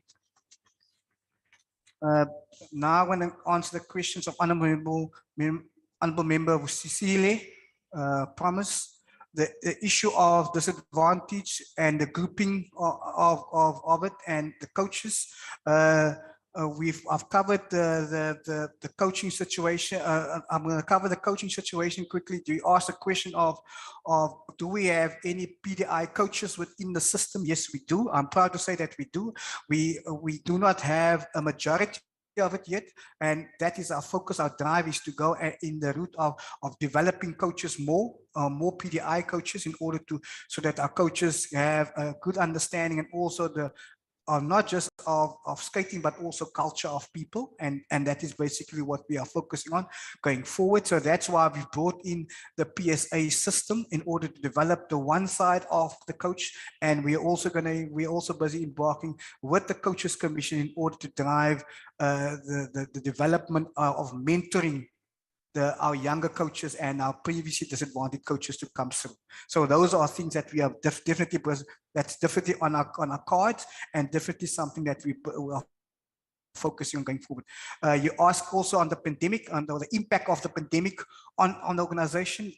It had a major impact, just like any other sport federation, but it had a major impact on our coaches, especially because basically, if the coach do not coach, he doesn't earn an income. So for the 2 years, the coaches has been has been supported by our stakeholder, which is the province, and also the SAFSA, in order to help them cope through this time. So it had a major impact on them. It also had a major impact on these coaches losing their pupils because of they are no longer being able to come to the ice ring, and there's no longer being an income for the coaches, or there's no longer opportunity for the skaters or the athletes to hone their skills in order to develop themselves. So that has definitely played a major role within figure skating South Africa, and it gave us a big knock in a sense. Our members comes member tally, and we are now starting to grow that again. We have now reopened, and we have put different projects in place in order to help us in order to grow the membership of our organization. The activities that's happening within the organization, we have now, I'm happy to say that we had our national championships not so long ago, and we also had and just the weekend past, we had an interprovincial competition in KZN. And all activities are slowly starting to go back to normal, and I'm very happy to report that our numbers are increasing as well, and also happy to report to say that that there is a greater number of previously disadvantaged members coming through our doors as well in order to get involved within the sport. So I'm very happy with that. The question of the financial sound, I've alluded to that already. You asked the questions, do we have any sponsors? No, we do not have any sponsors. The sport, we managed to get small sponsors in a sense, but it's not financial sponsors, but it is material sponsors in a sense where they come on board and gave certain things like they sponsor water bottles and stuff like those. So we do not have any big sponsors that are on our books at all. So our focus is now for the season already. We have with a PRO that is on the call, and maybe at a later stage she can maybe just give us more feedback on that. But we have now embarked in going the route of sponsors. Where we're getting our financials from is in the sense of our international federations, where they support us very well as well, in a sense, with funding for development, and all the funding that they give us is all for development. It's for nothing else. It's all the funding that we receive from the International Federation is for development, and also to assist the athletes that travel international in order to give them some support with that funding. So those are the money that we're getting from the International Federation. Cost for participation, like I said, in order for I'm going to give an example quickly. Honorable Sele, in order to put the skater on the ice, the first thing we need to do is we need to give that skater a pair of skates in order to get onto the ice. And that skates can cost the individual anything between 2,500 to 10,000 Rand.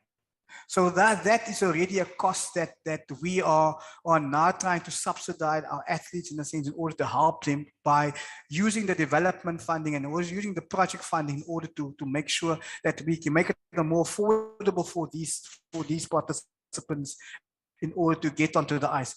That is just for and that costs between 2,500 and 10,000. That is just for the skates to get onto the ice. Now we're talking about lessons for the membership fees for the member. We're talking about costumes for the member, and that for one athlete you're looking at the cost of just to outfit one athlete. If they could become a solo skater, you're looking at anything between a monthly cost of anything between 5,500 to 10,000 Rand.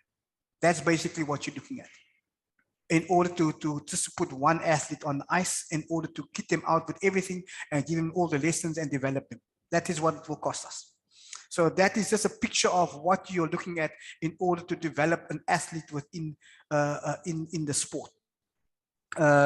Then we're going to Honorable Mangilingozi.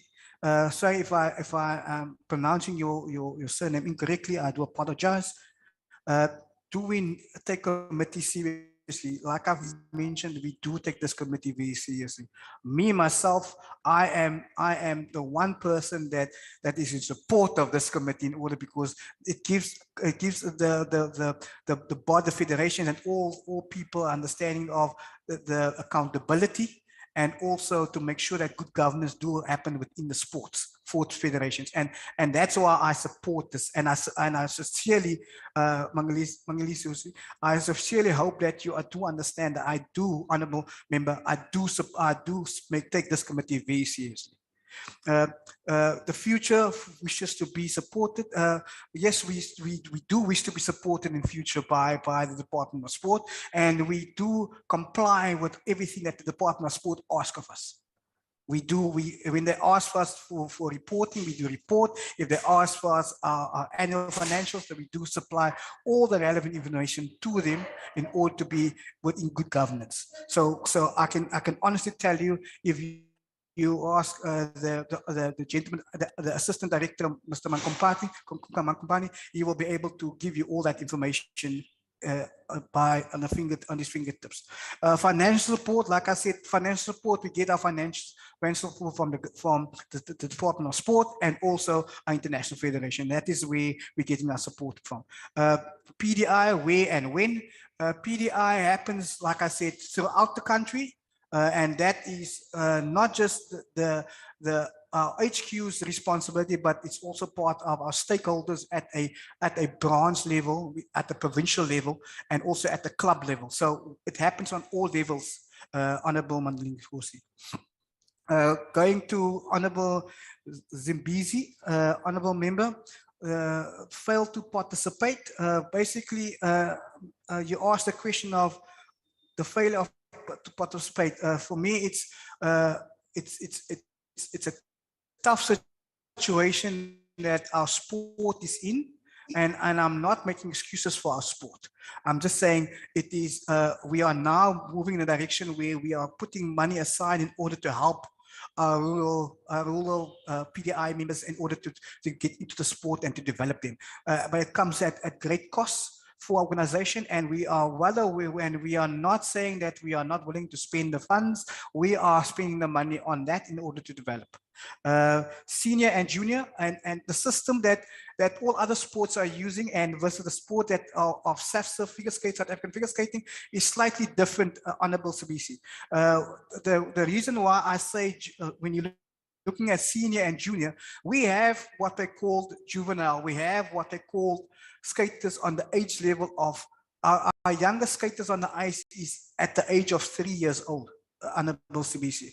So we have those skaters, but there's a process that we use within the sport, which is recognized by our international federation in order for us to compete internationally. But we also have a constitution and rules and regulations that we have set in for South African figure skating, where we have also opened those doors for our people within our country in order to participate. So we are definitely on the drive where we want.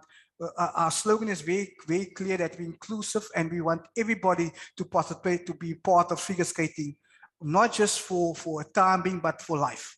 So that is basically what we do. So there is lots of youth participation, Honourable Member. So I can honestly tell you, if you come to any of our competitions, you will see the number of youth in our sport, and we do have lots of youth. We have more youth than adults within our sport. That's the question of the Honourable Sabisi, and that is it from my side. Honourable Chair, maybe I can just ask, if you, with your permission, Honourable Chair, if we can ask my PRO, Joe Cosavella, to give you some feedback on the safeguarding and also on the PRO functions of sponsors within our organization, if you would allow that.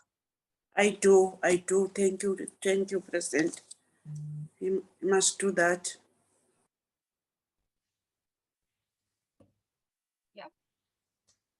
Thank you, Madam Chair. We appreciate the opportunity. I'd like to touch on safeguarding first. Safeguarding, we have partnered with the Guardian, and we do ongoing training with our athletes, the coaches, and the parents in figure skating. We have a principle at the SAPSA: if you are not safeguarding compliant, you do not coach. As a coach, for example, we have made it possible for all our members to make use of the anonymous app, which is used through the Guardian. And at this stage, and prior to this stage, we have not had any cases of sexual abuse reported. The training and the awareness campaigns about safeguarding at the SAPSA is ongoing. The second point I'd like to raise is regarding the PDIs and development of PDIs as coaches and as judges. The SAPSA has embarked on a project where we now target the athletes when they reach the matric level, because generally once the youngsters start writing their matric exams, you find they fall through the cracks, and obviously education takes a priority. Now we are grabbing specifically our Black athletes, and that is very prevalent in KwaZulu-Natal and in Gauteng and the Western Province, where we're now saying to our athletes, yes, we understand matric and education is important, but even when you go to university, you can still share your love for figure skating. And we develop the Black athletes into coaches and into judges. However, it's not something that happens overnight, and it is a process, but we are increasing slowly, step by step, our Black judges and our Black coaches. The third point I'd like to make you aware of, Madam Chair, if I may, is when it comes to promoting figure skating, we do embark on extensive marketing drives. The challenge we face as a federation is that the time allocated by the owners of the ice rinks for training is generally any time from 5 a.m. in the morning.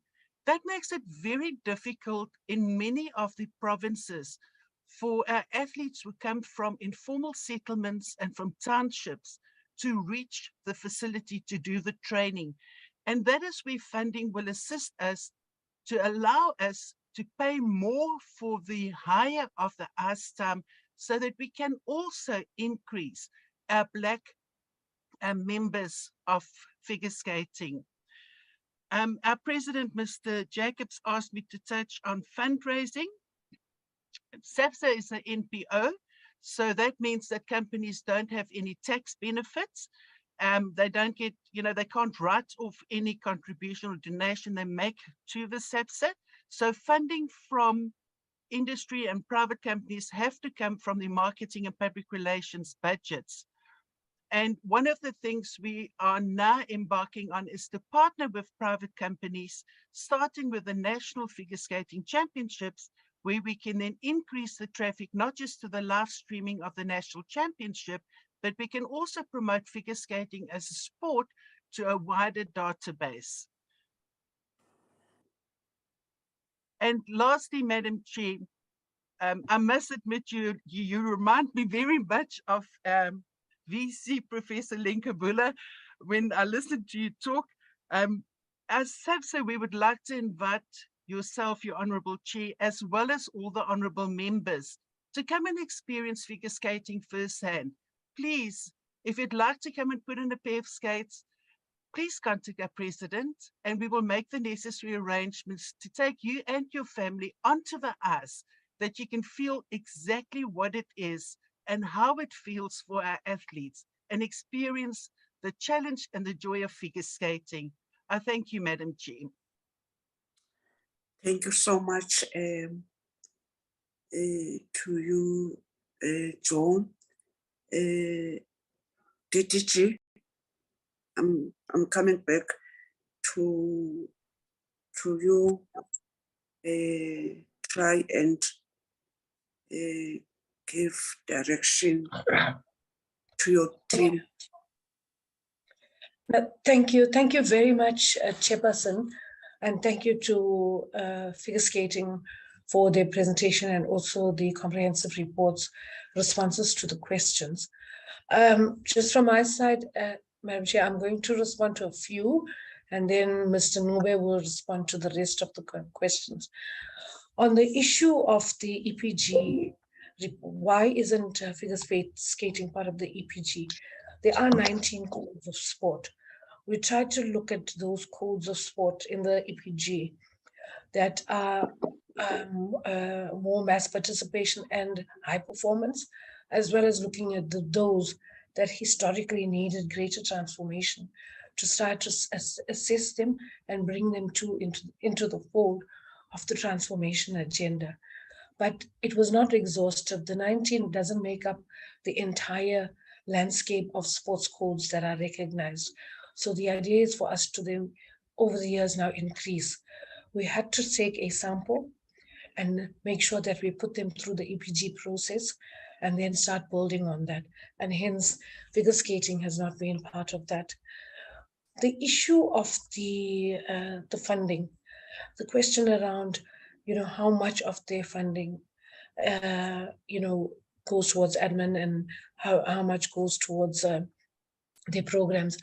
I think Mr. Jacobs has responded, but from our side, Chairperson, we have a funding criteria, and up in that criteria, there's two streams.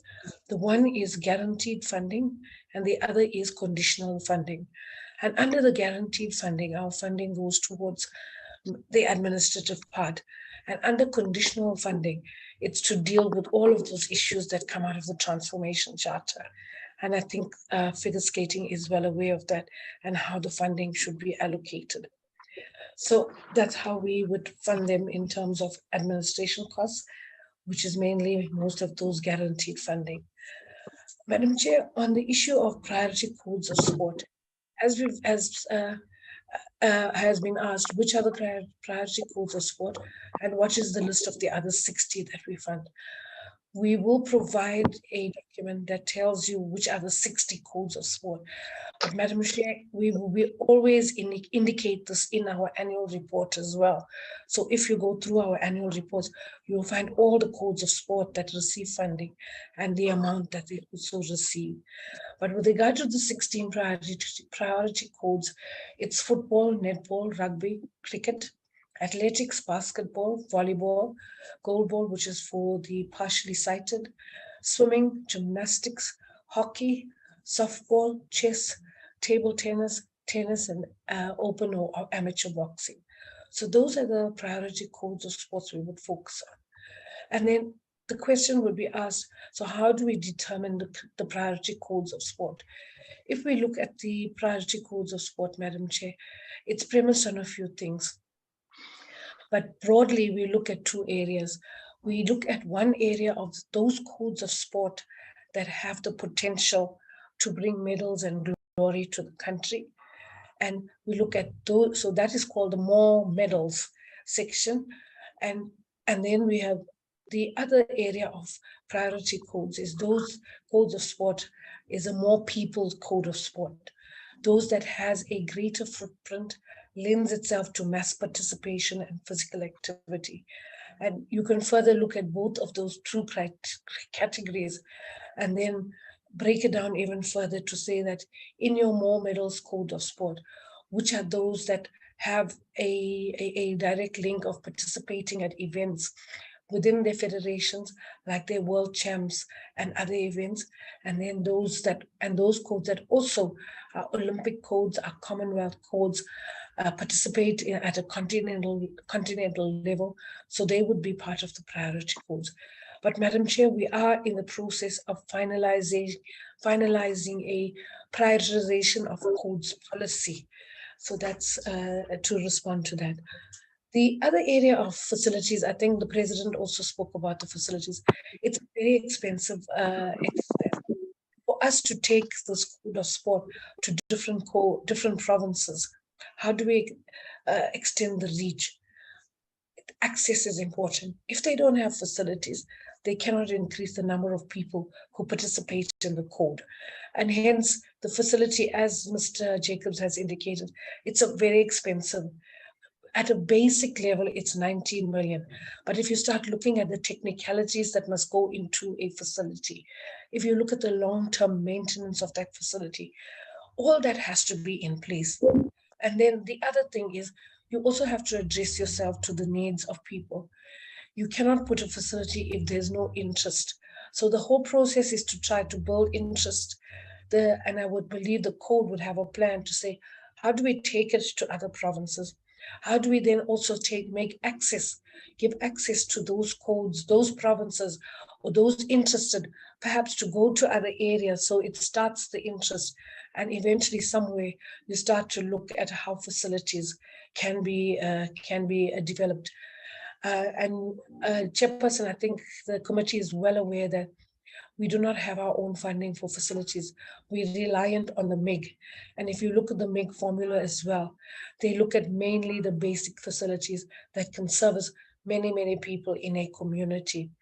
But I would believe that over the years, we would need to look at even other areas of facilities or types of facilities, and especially with ice skating and figure skating, which are indoor facilities. So we would need to look at it.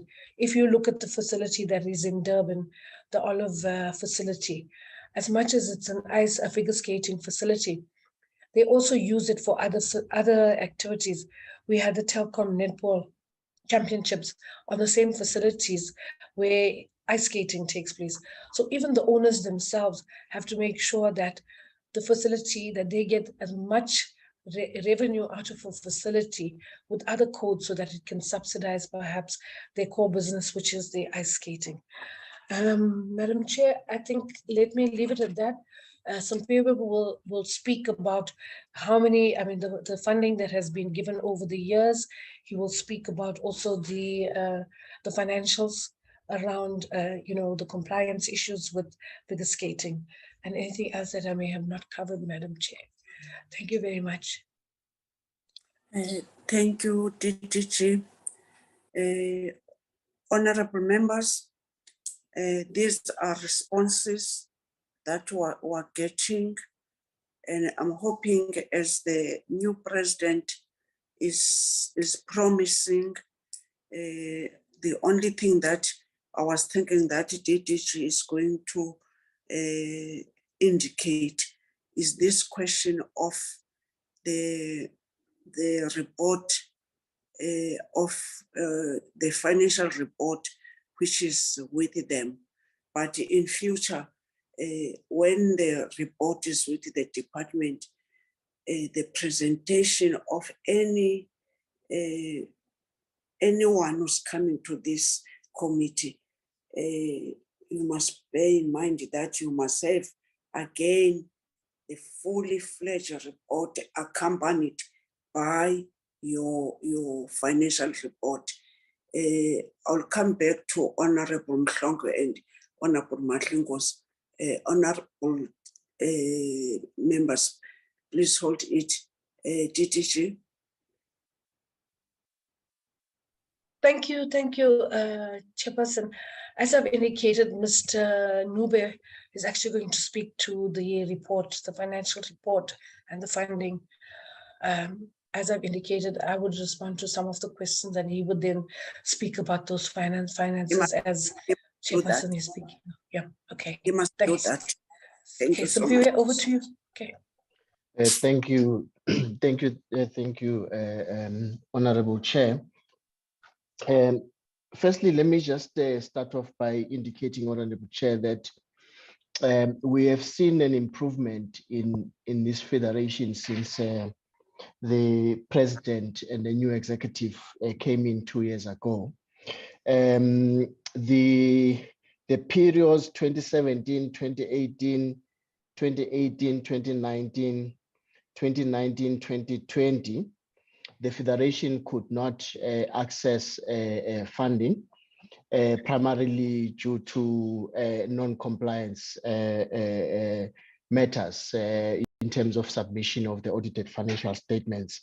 So which means we had last provided financial support in 2016-2017 financial year. So when the president took over, we then worked with him in terms of getting the documents right. So in 2020 financial year, 2021, that's when then they began to receive the funds again. And then in the financial year 2021-2020, they also then receive the funds.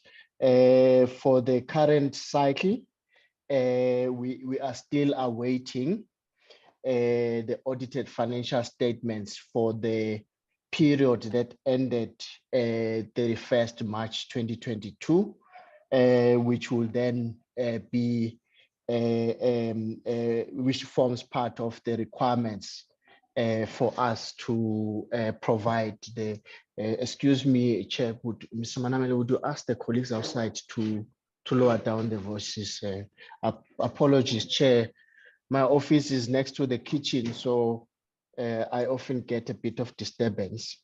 So last submitted to us. However, they will not then be covering the period under review, which is the period ending 31st March 2022. Chair, the other part that I just needed to also touch on, I think DG has covered the area of promotion, particularly the infrastructure. I will just touch on the safeguarding requirements, just to re-emphasize, Madam Chair and the members of the committee, that in previous meetings, we committed to the committee that we are going to infuse into the funding requirements a minimum requirement that if a federation does not have as a basic minimum, the safeguarding policy, we will not even begin to entertain their application. Chair, I can safely confirm that figure skating is one of the federations that has submitted their safeguarding policy. And this will go for the rest of the federations as well, Chair. I think this covers this part. Chair, I think those are broadly the questions that were still outstanding for us to clarify and respond to, Chair. Thank you very much, Chair, and the members of the committee. Thank you, Simpiwe. Honorable Mhlongo, followed by Honorable Motlingosi, in that order. Thank you, Chair. Chair, I wanted this question directly to DDG. Do you have any criteria or any policy used to build a facility or any for sporting codes or in any communities? Like, can we develop, or is there any requirement for us to, as a community, let's say I'm from Orlando, we want to build a sporting facility like skating and everything, that we must apply to the department for it's either recreation facility, or is it based on densification? Or let's say my communities, now we are getting more population and then we have only one facility and we need more facilities. Is there any policy that is in place, or what criteria do you use? Another question especially to the skating president and the PRO. I think it's clear that it's here, it's 6 months and you still did not comply. 6 months after March to date, and there are no financial status. I question that because there was a time when the department are telling us that they stopped giving you funding because of non-compliance. I think this must be, it's either you raise your bar high or you're not getting money, and we're not even going to support if you don't comply. I think it's one of the requirements that you must comply. Now it shows it's 6 months after. And to the department directly, when is the actual date for all sporting code or federation to submit the financial requirement? Is it 6 months after or after 12 months? What is the actual date for them to supply you guys with financial status? Thank you very much. Thank you, Honorable Mhlongo, Honorable Motlingosi, and Honorable Veronica. Thank you, Chair.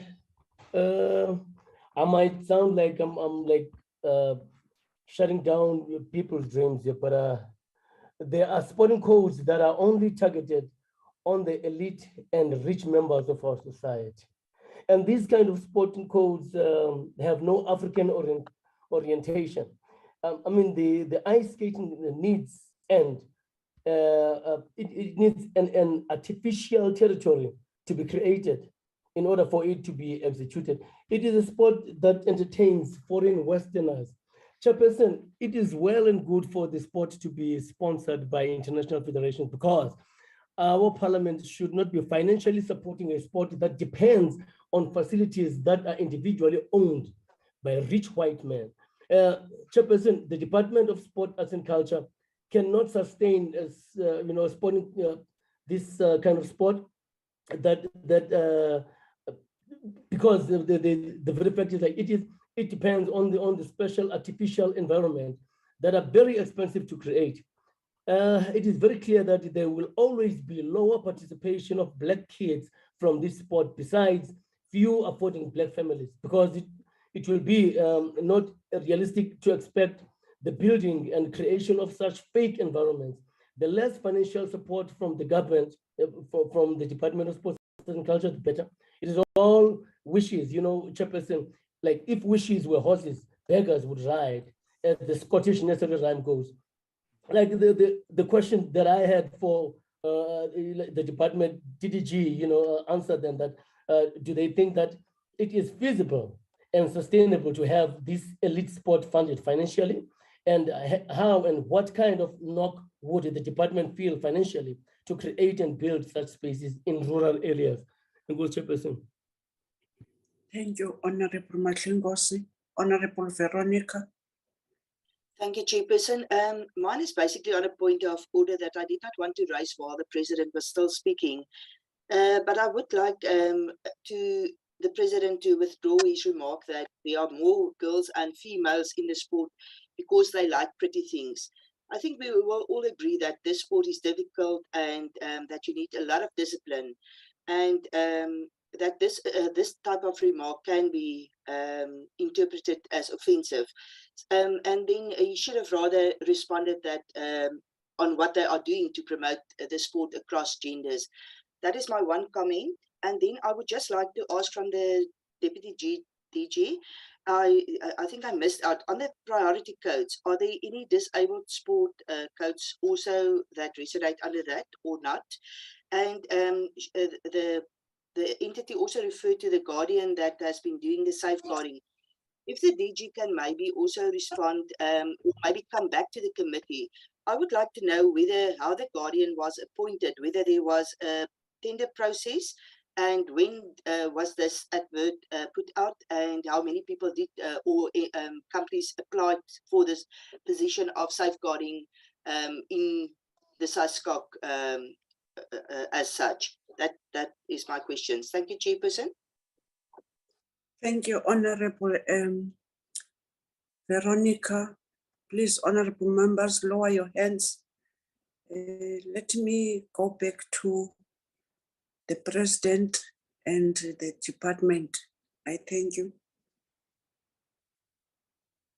Honorable Chairperson, honorable members, the question of the Honorable Mahlingosi, development of where he speaks about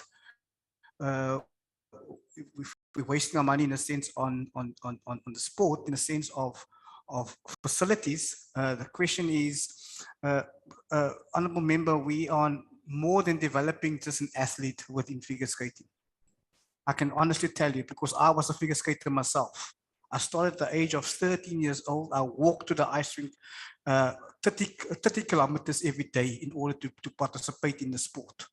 I'm a person of color, and I walk to the ice rink every day, and I developed in the sport where people identified that there was talent.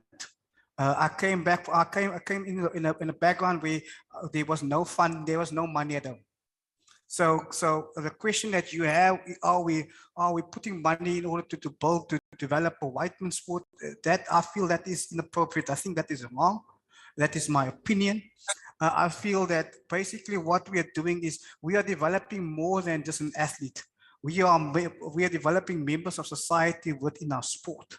I can honestly say, because I'm sitting here as a proud member, I'm the president of this organization, where I started in 1994 or 1982 as a member of a figure skating club.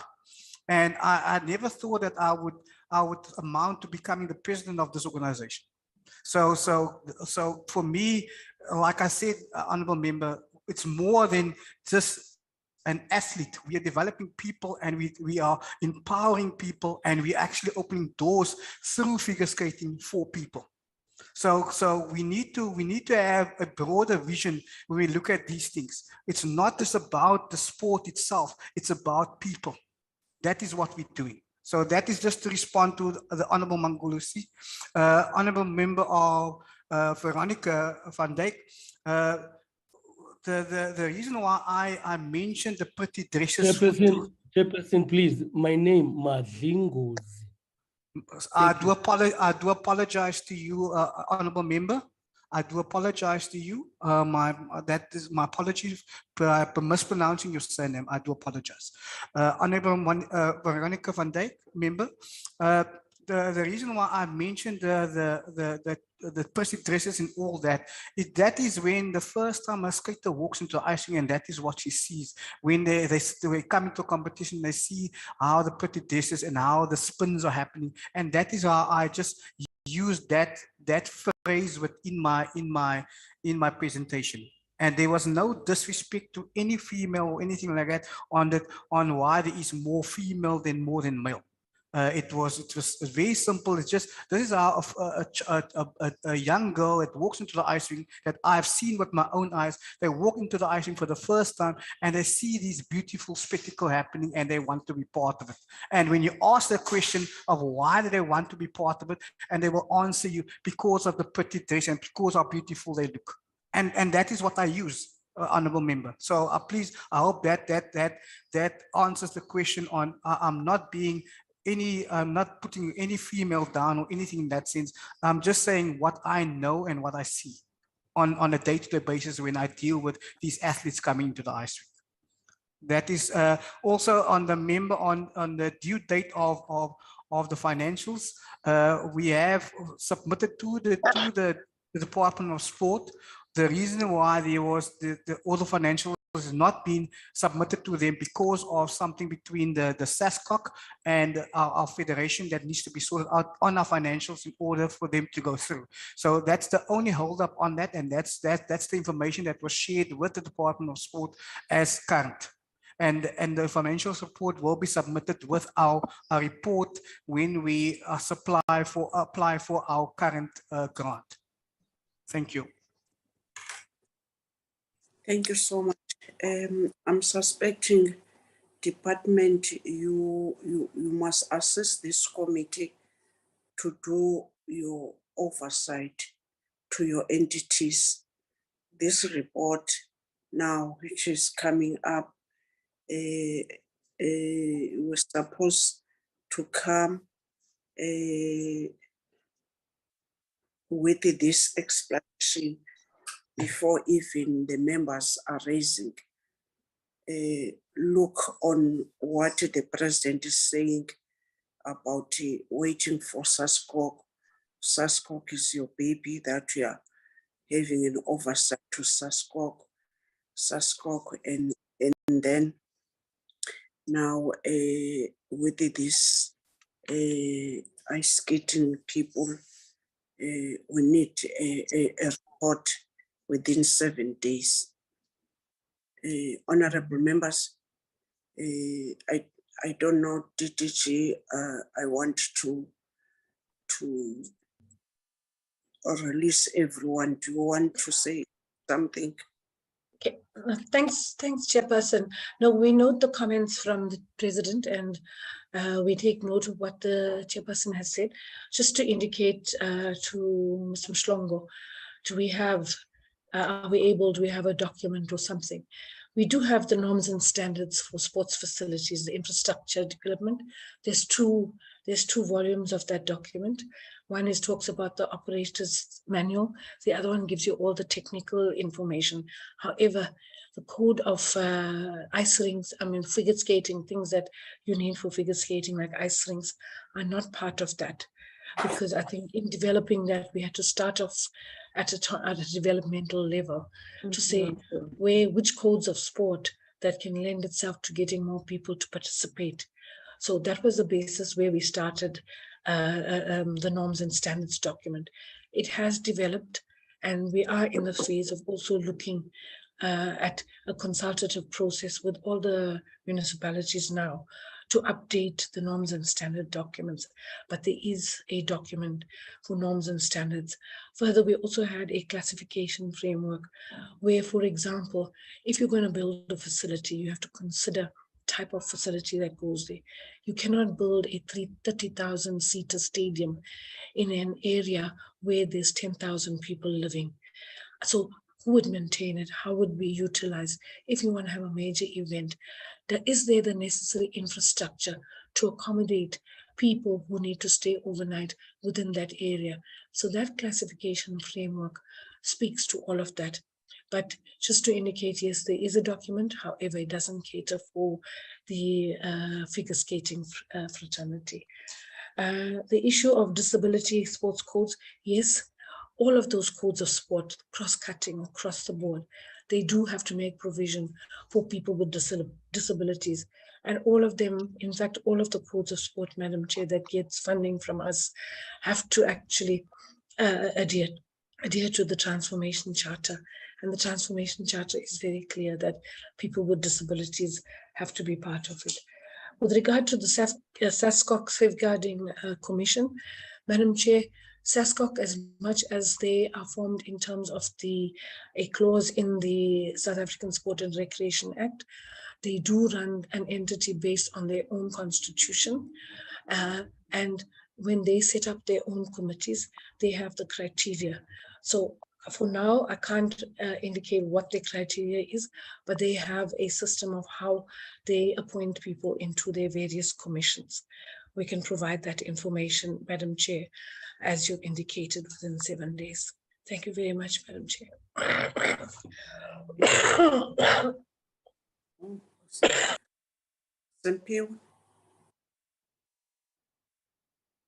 Simpiu. Thank you, Honorable Chair. There was a question, Honorable Chair, on the deadline for submission by federations. The deadline was the 26th of August. And Chair, I can, just for the sake of providing the information to the committee, indicate that by that deadline, we only had 45 federations that fully complied. Chair, out of more than 65 federations that we work with. I just thought I needed to provide that feedback as well. Thank you, Chair. Thank you, Simpiu. Honorable Joseph. Thank you very much, Chairperson. Let me just take the opportunity to thank Ms. Khan at DGG and Simpiwe for the detailed feedback on the questions from the department's part. I just wanted to have, and also I wanted to just to comment on the response on the facility. Chairperson, 20 million, 30 million rand in a government budget such as we have in South Africa for our country is not even a drop in the ocean. So I think the department must consider looking at the biggest province and where we can have that investment to start by supporting the sports code but also they need to make sure that as the president said, they want to thrive on good governance, that they comply with the good governance requirements.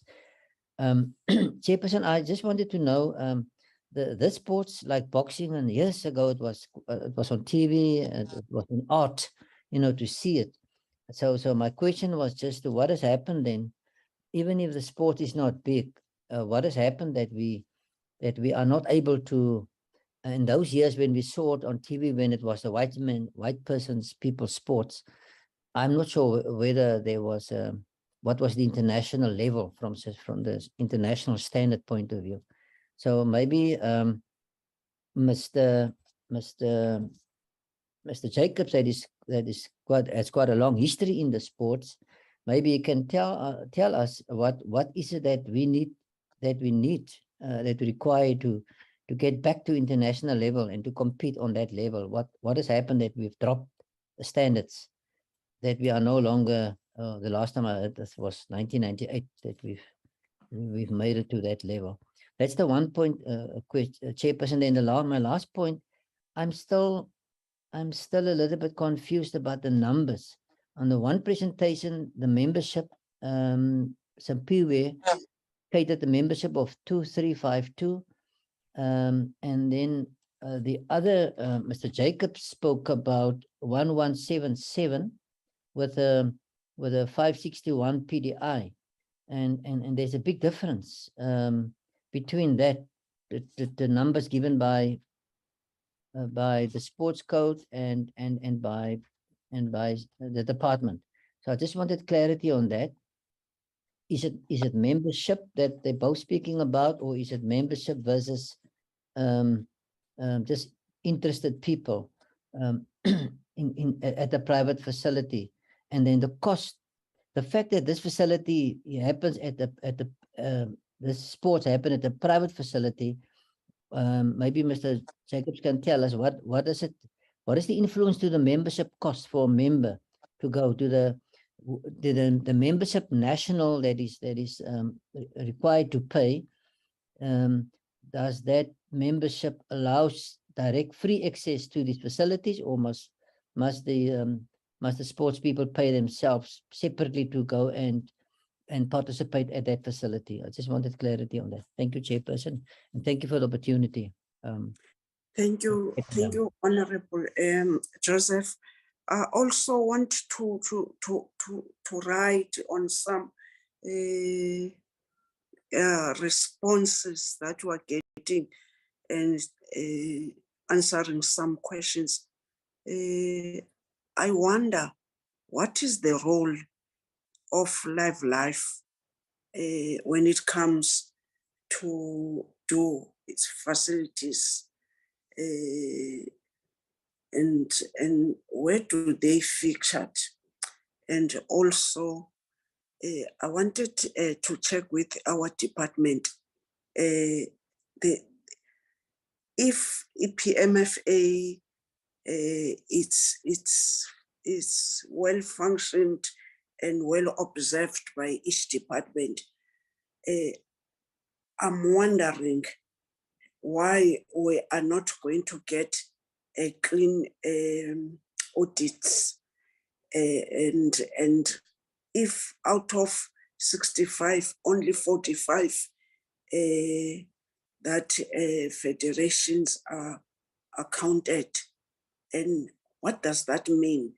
And who must take the blame? And what measures are put if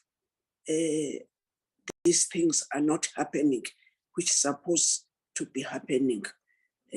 Or your hand was just disappear, Honorable Klong. I'm sorry. Let me give you again, Honorable Klong. Thanks, Chair. Chair, I think you have covered me in a sense of the 65 and vis-a-vis 45.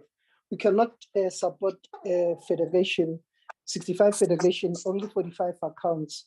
I think we have to take strict measures. And I think the department must update us on these issues because they come and go. For an example, skating, they did not submit. They're telling us about SASCO. they did not submit as of August. If August is the due date, they must submit all documentation or necessary requirement as of August. We are now in September and we don't have their financial status.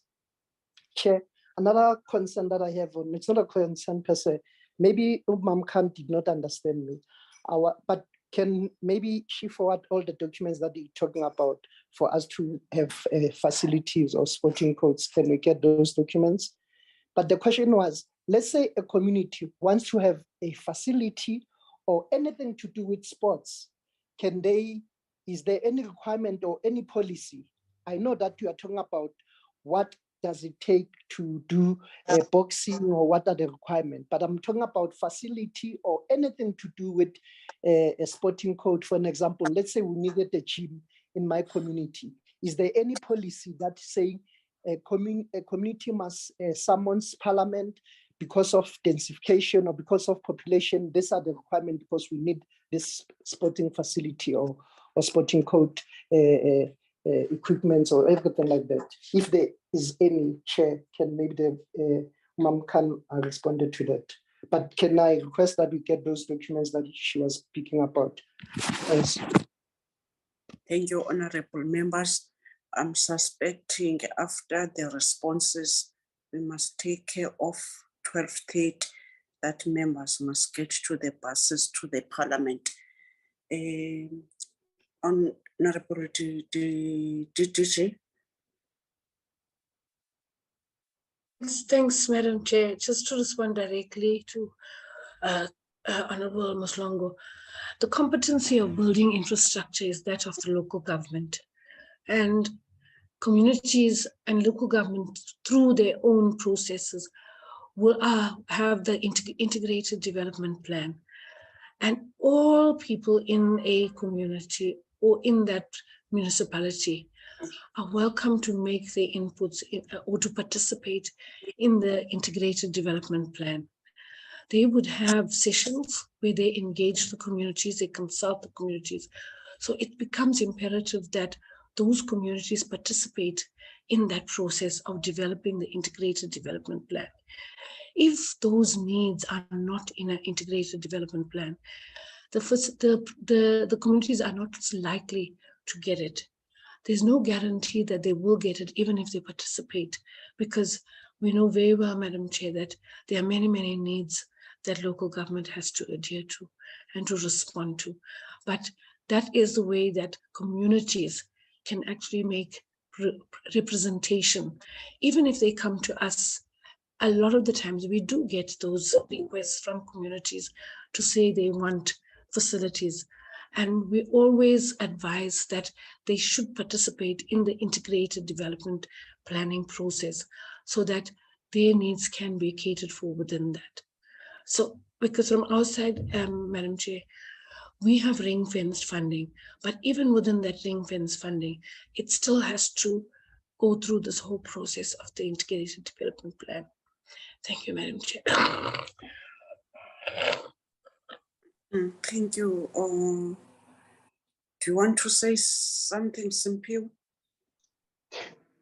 Thank you, Chair. I wanted to firstly touch on I think DDG has covered it very well in terms of the IDP process as a process set by government in terms of the infrastructure. But I wanted also just clarify, Madam Chair, that the 45, our process is that when we call for federations to submit their applications, we will have a set of requirements that they need to fulfill, which is in keeping with the provisions of Section 38 of the PFMA. So we would set those ones out so that when then the federation fulfills all those requirements, then we are able to assess their application as well as to disperse then the funds. We are often put in a bit of a difficult situation because it's easier to assess 100% with all the federations having submitted, but we often then can't wait for the rest. So we proceed with those that would have submitted. Those that have not submitted, as much as the deadline has lapsed, we do try to be lenient. If we had it our way, we would basically say you are cut. You are no longer going to get the funds for the rest of for that particular financial year. However, the implication is that at the end of the day, an athlete will suffer. So we often caught in that kind of a rock and a hard place, Chair.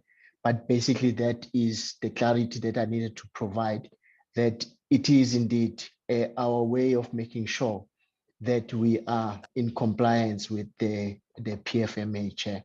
I think the Chair had raised that question. Thank you very much, Chair. In that note, let me thank honorable members for the engagement.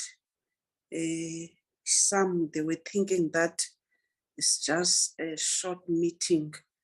You know, when you got the information and presentation, you read and you've seen that there is a lot, and now it does prove that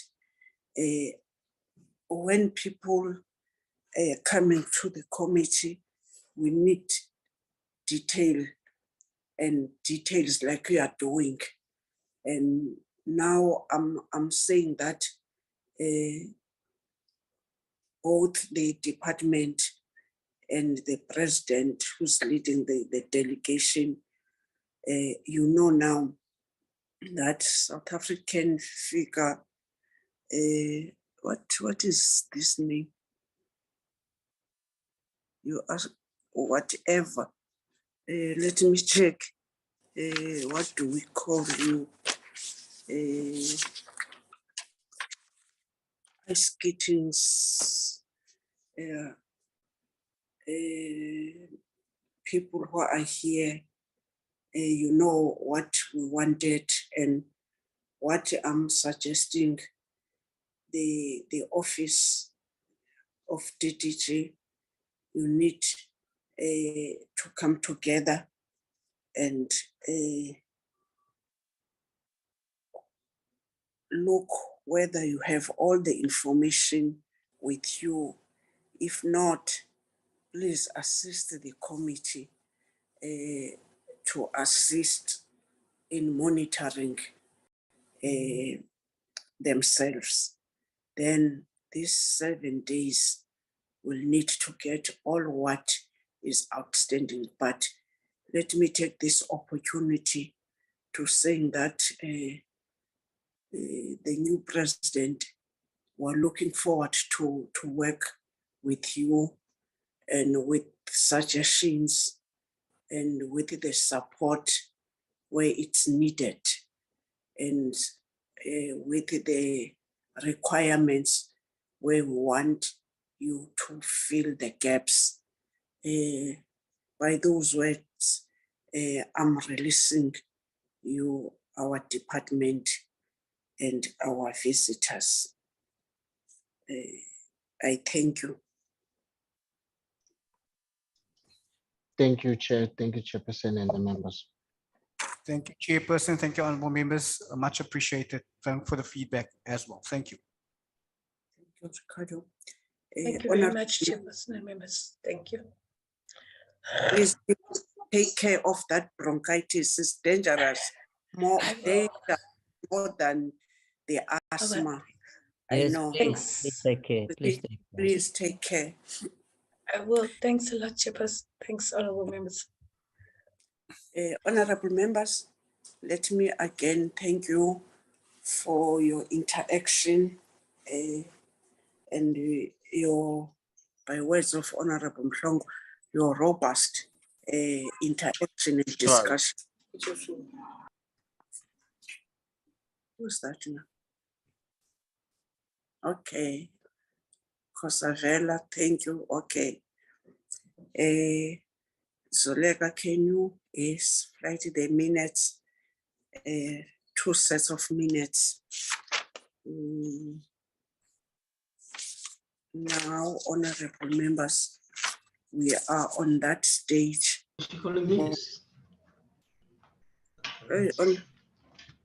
Mankopano Jacob, who's Mankopano Jacob?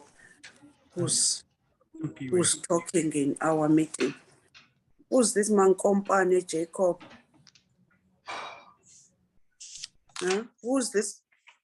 Okay. Chair, she is from the department, but I have removed her from the platform. Oh, thank you so much. Can you start from the beginning with the minutes? I was still looking at this person. Honorable members, we're having a minutes of 24th of August in front of us, briefing by Boxing South Africa. At the minutes, go down.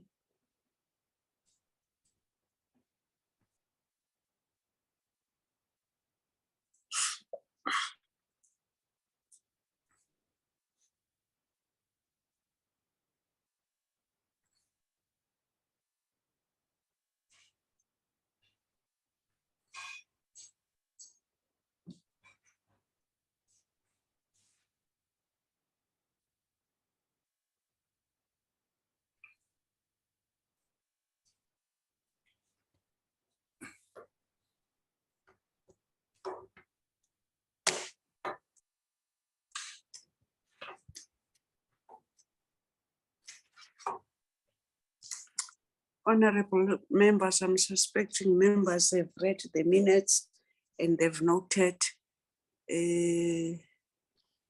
anything that they want to raise and to correct. And after that, we must adopt our minutes.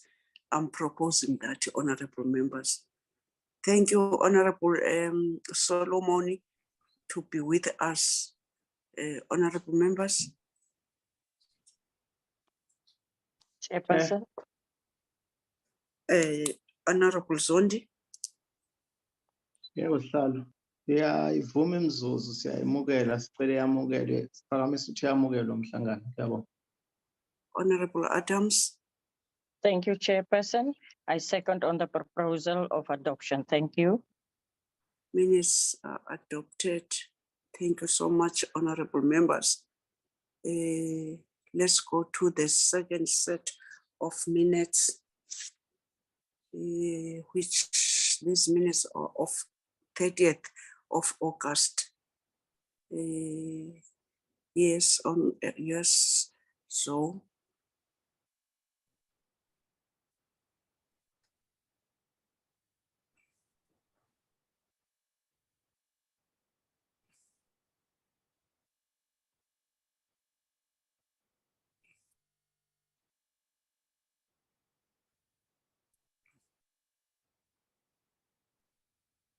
There's a legacy hand here, must get out, Honorable Severe. You have a legacy hand, was still, you didn't raise down your hand. Honorable members, I'm expecting that you have read the minutes, and if you want to do any corrections, and then we'll accept and adopt the minutes. Now I'm raising Chairperson, Chairperson Madlingozi. Yes, Honorable Madlingozi. Chairperson, ndicela ukukhanyiselwa nokuqondiswa kakuhle ukuba kume njani le kule meeting, kwezi minutes zale meeting. I want to find out if the minutes reflect the different views of each member of the committee as they were, because if I didn't read it properly, please can I be shown where it is, where I questioned the monies being wasted in signing our national anthem with the inclusion of Distem, not the Afrikaans language, but the song Distem into our national anthem. I know that we might not be having the same views about our lives, but can it be put down and really be recorded, documented that there was that view of the money is wasted when the signing would include the monies that would change the not actually change, but reflect the signing of the stem as it is adopted by the government today. Honorable Madlungos, Yes, as I was saying that I'm putting the minutes and members hoping they've read the minutes, but if we can now, are you saying your point is not in the minutes? Yes, Because, Chairperson Joanjalo. Madam Chair, yes, Solek. we will include the point, Madam Chair, but we will just listen to the recording to make sure that we put it as Mr. Madlungos had stated it. Honorable members, now the status of these minutes, it's in a way he is saying is not reflecting on his contribution, and now can we wait that moment that you will check with your Hansard and recording, and then we'll come back to us. Yes. Are you in agreement, honorable members? Yeah, Chairperson, I think you're making a very good suggestion. Yes. Towards the point that was raised.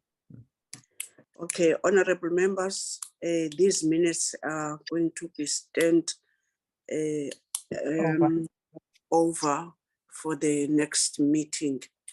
Let me again, honorable members, take this opportunity to thank you, Committee of Sport, Arts and Culture. I'm not sure whether in this parliament, let alone that finance, sometimes they are doing what you are doing. But I do appreciate that we're amongst the committees that we are meeting 3 times a week, and that showed the commitment. But let alone the commitment, it showed the work that are with us. And I do thank those members that they are troubling themselves when we have extra slots to come and contribute, because the work of Parliament is supposed to work from Tuesday to Fridays. So I do appreciate, honorable member, that we are this collective. We know why we are here, and I'm appreciating that. It cannot be nice and good when we ask an extended or an additional days, and you get in here not to have a quorum. I've noticed that you are all members who are committed. You may old, you may be young, as now there are always this thing of the looking at the age. But if you look at the commitment, some of us, we don't look at the age. By those words, I take this opportunity to close this meeting, honorable members. Sorry, Chair, before closing. Yes, Honorable Sibi. Yes, on the 24th, Tutuzile Sibia was absent with an apology. On the 30th, Duduzi Lesbia was present in the meeting. Thank you, Chairperson. Bye-bye. Honorable members, you must read the minutes in order that when time comes, we must reflect, but there's nothing wrong that we are doing, honorable members. It's going to be corrected. But Honorable Sibia, I must now officially saying that this problem of yours, it does it doesn't assist us, because as this committee, we know that you are full-time in this committee. And when you're having your apologies, they are always to be, you are sitting to another meeting on the same day of the meeting. And I don't think it does assist you and even our good selves. As I'm saying that we are all committed, and these days that we are having apologies, you are not sleeping at your house, we are working. So I wanted that it must be recorded that we are still having a member that is full-time in 2 committees, honorable members. When she's not with us, she'll always be attending another committee. I must raise this officially, because I don't think it's assisting you. We do want your contribution, very valid contribution, but sometimes on the same day, the other committee is calling you. So I thank you. I want this must be minuted. Maybe it's going to assist yourself and our good selves. I thank you. The meeting is adjourned. Thank you, Chairperson, and thank you to your staff and office and all the administrators. Thank you very much. Bonga Thank you, Sihlalo. Chair. Bongile. Bye-bye. Bye-bye. Siyabonga sonke, Nkosi.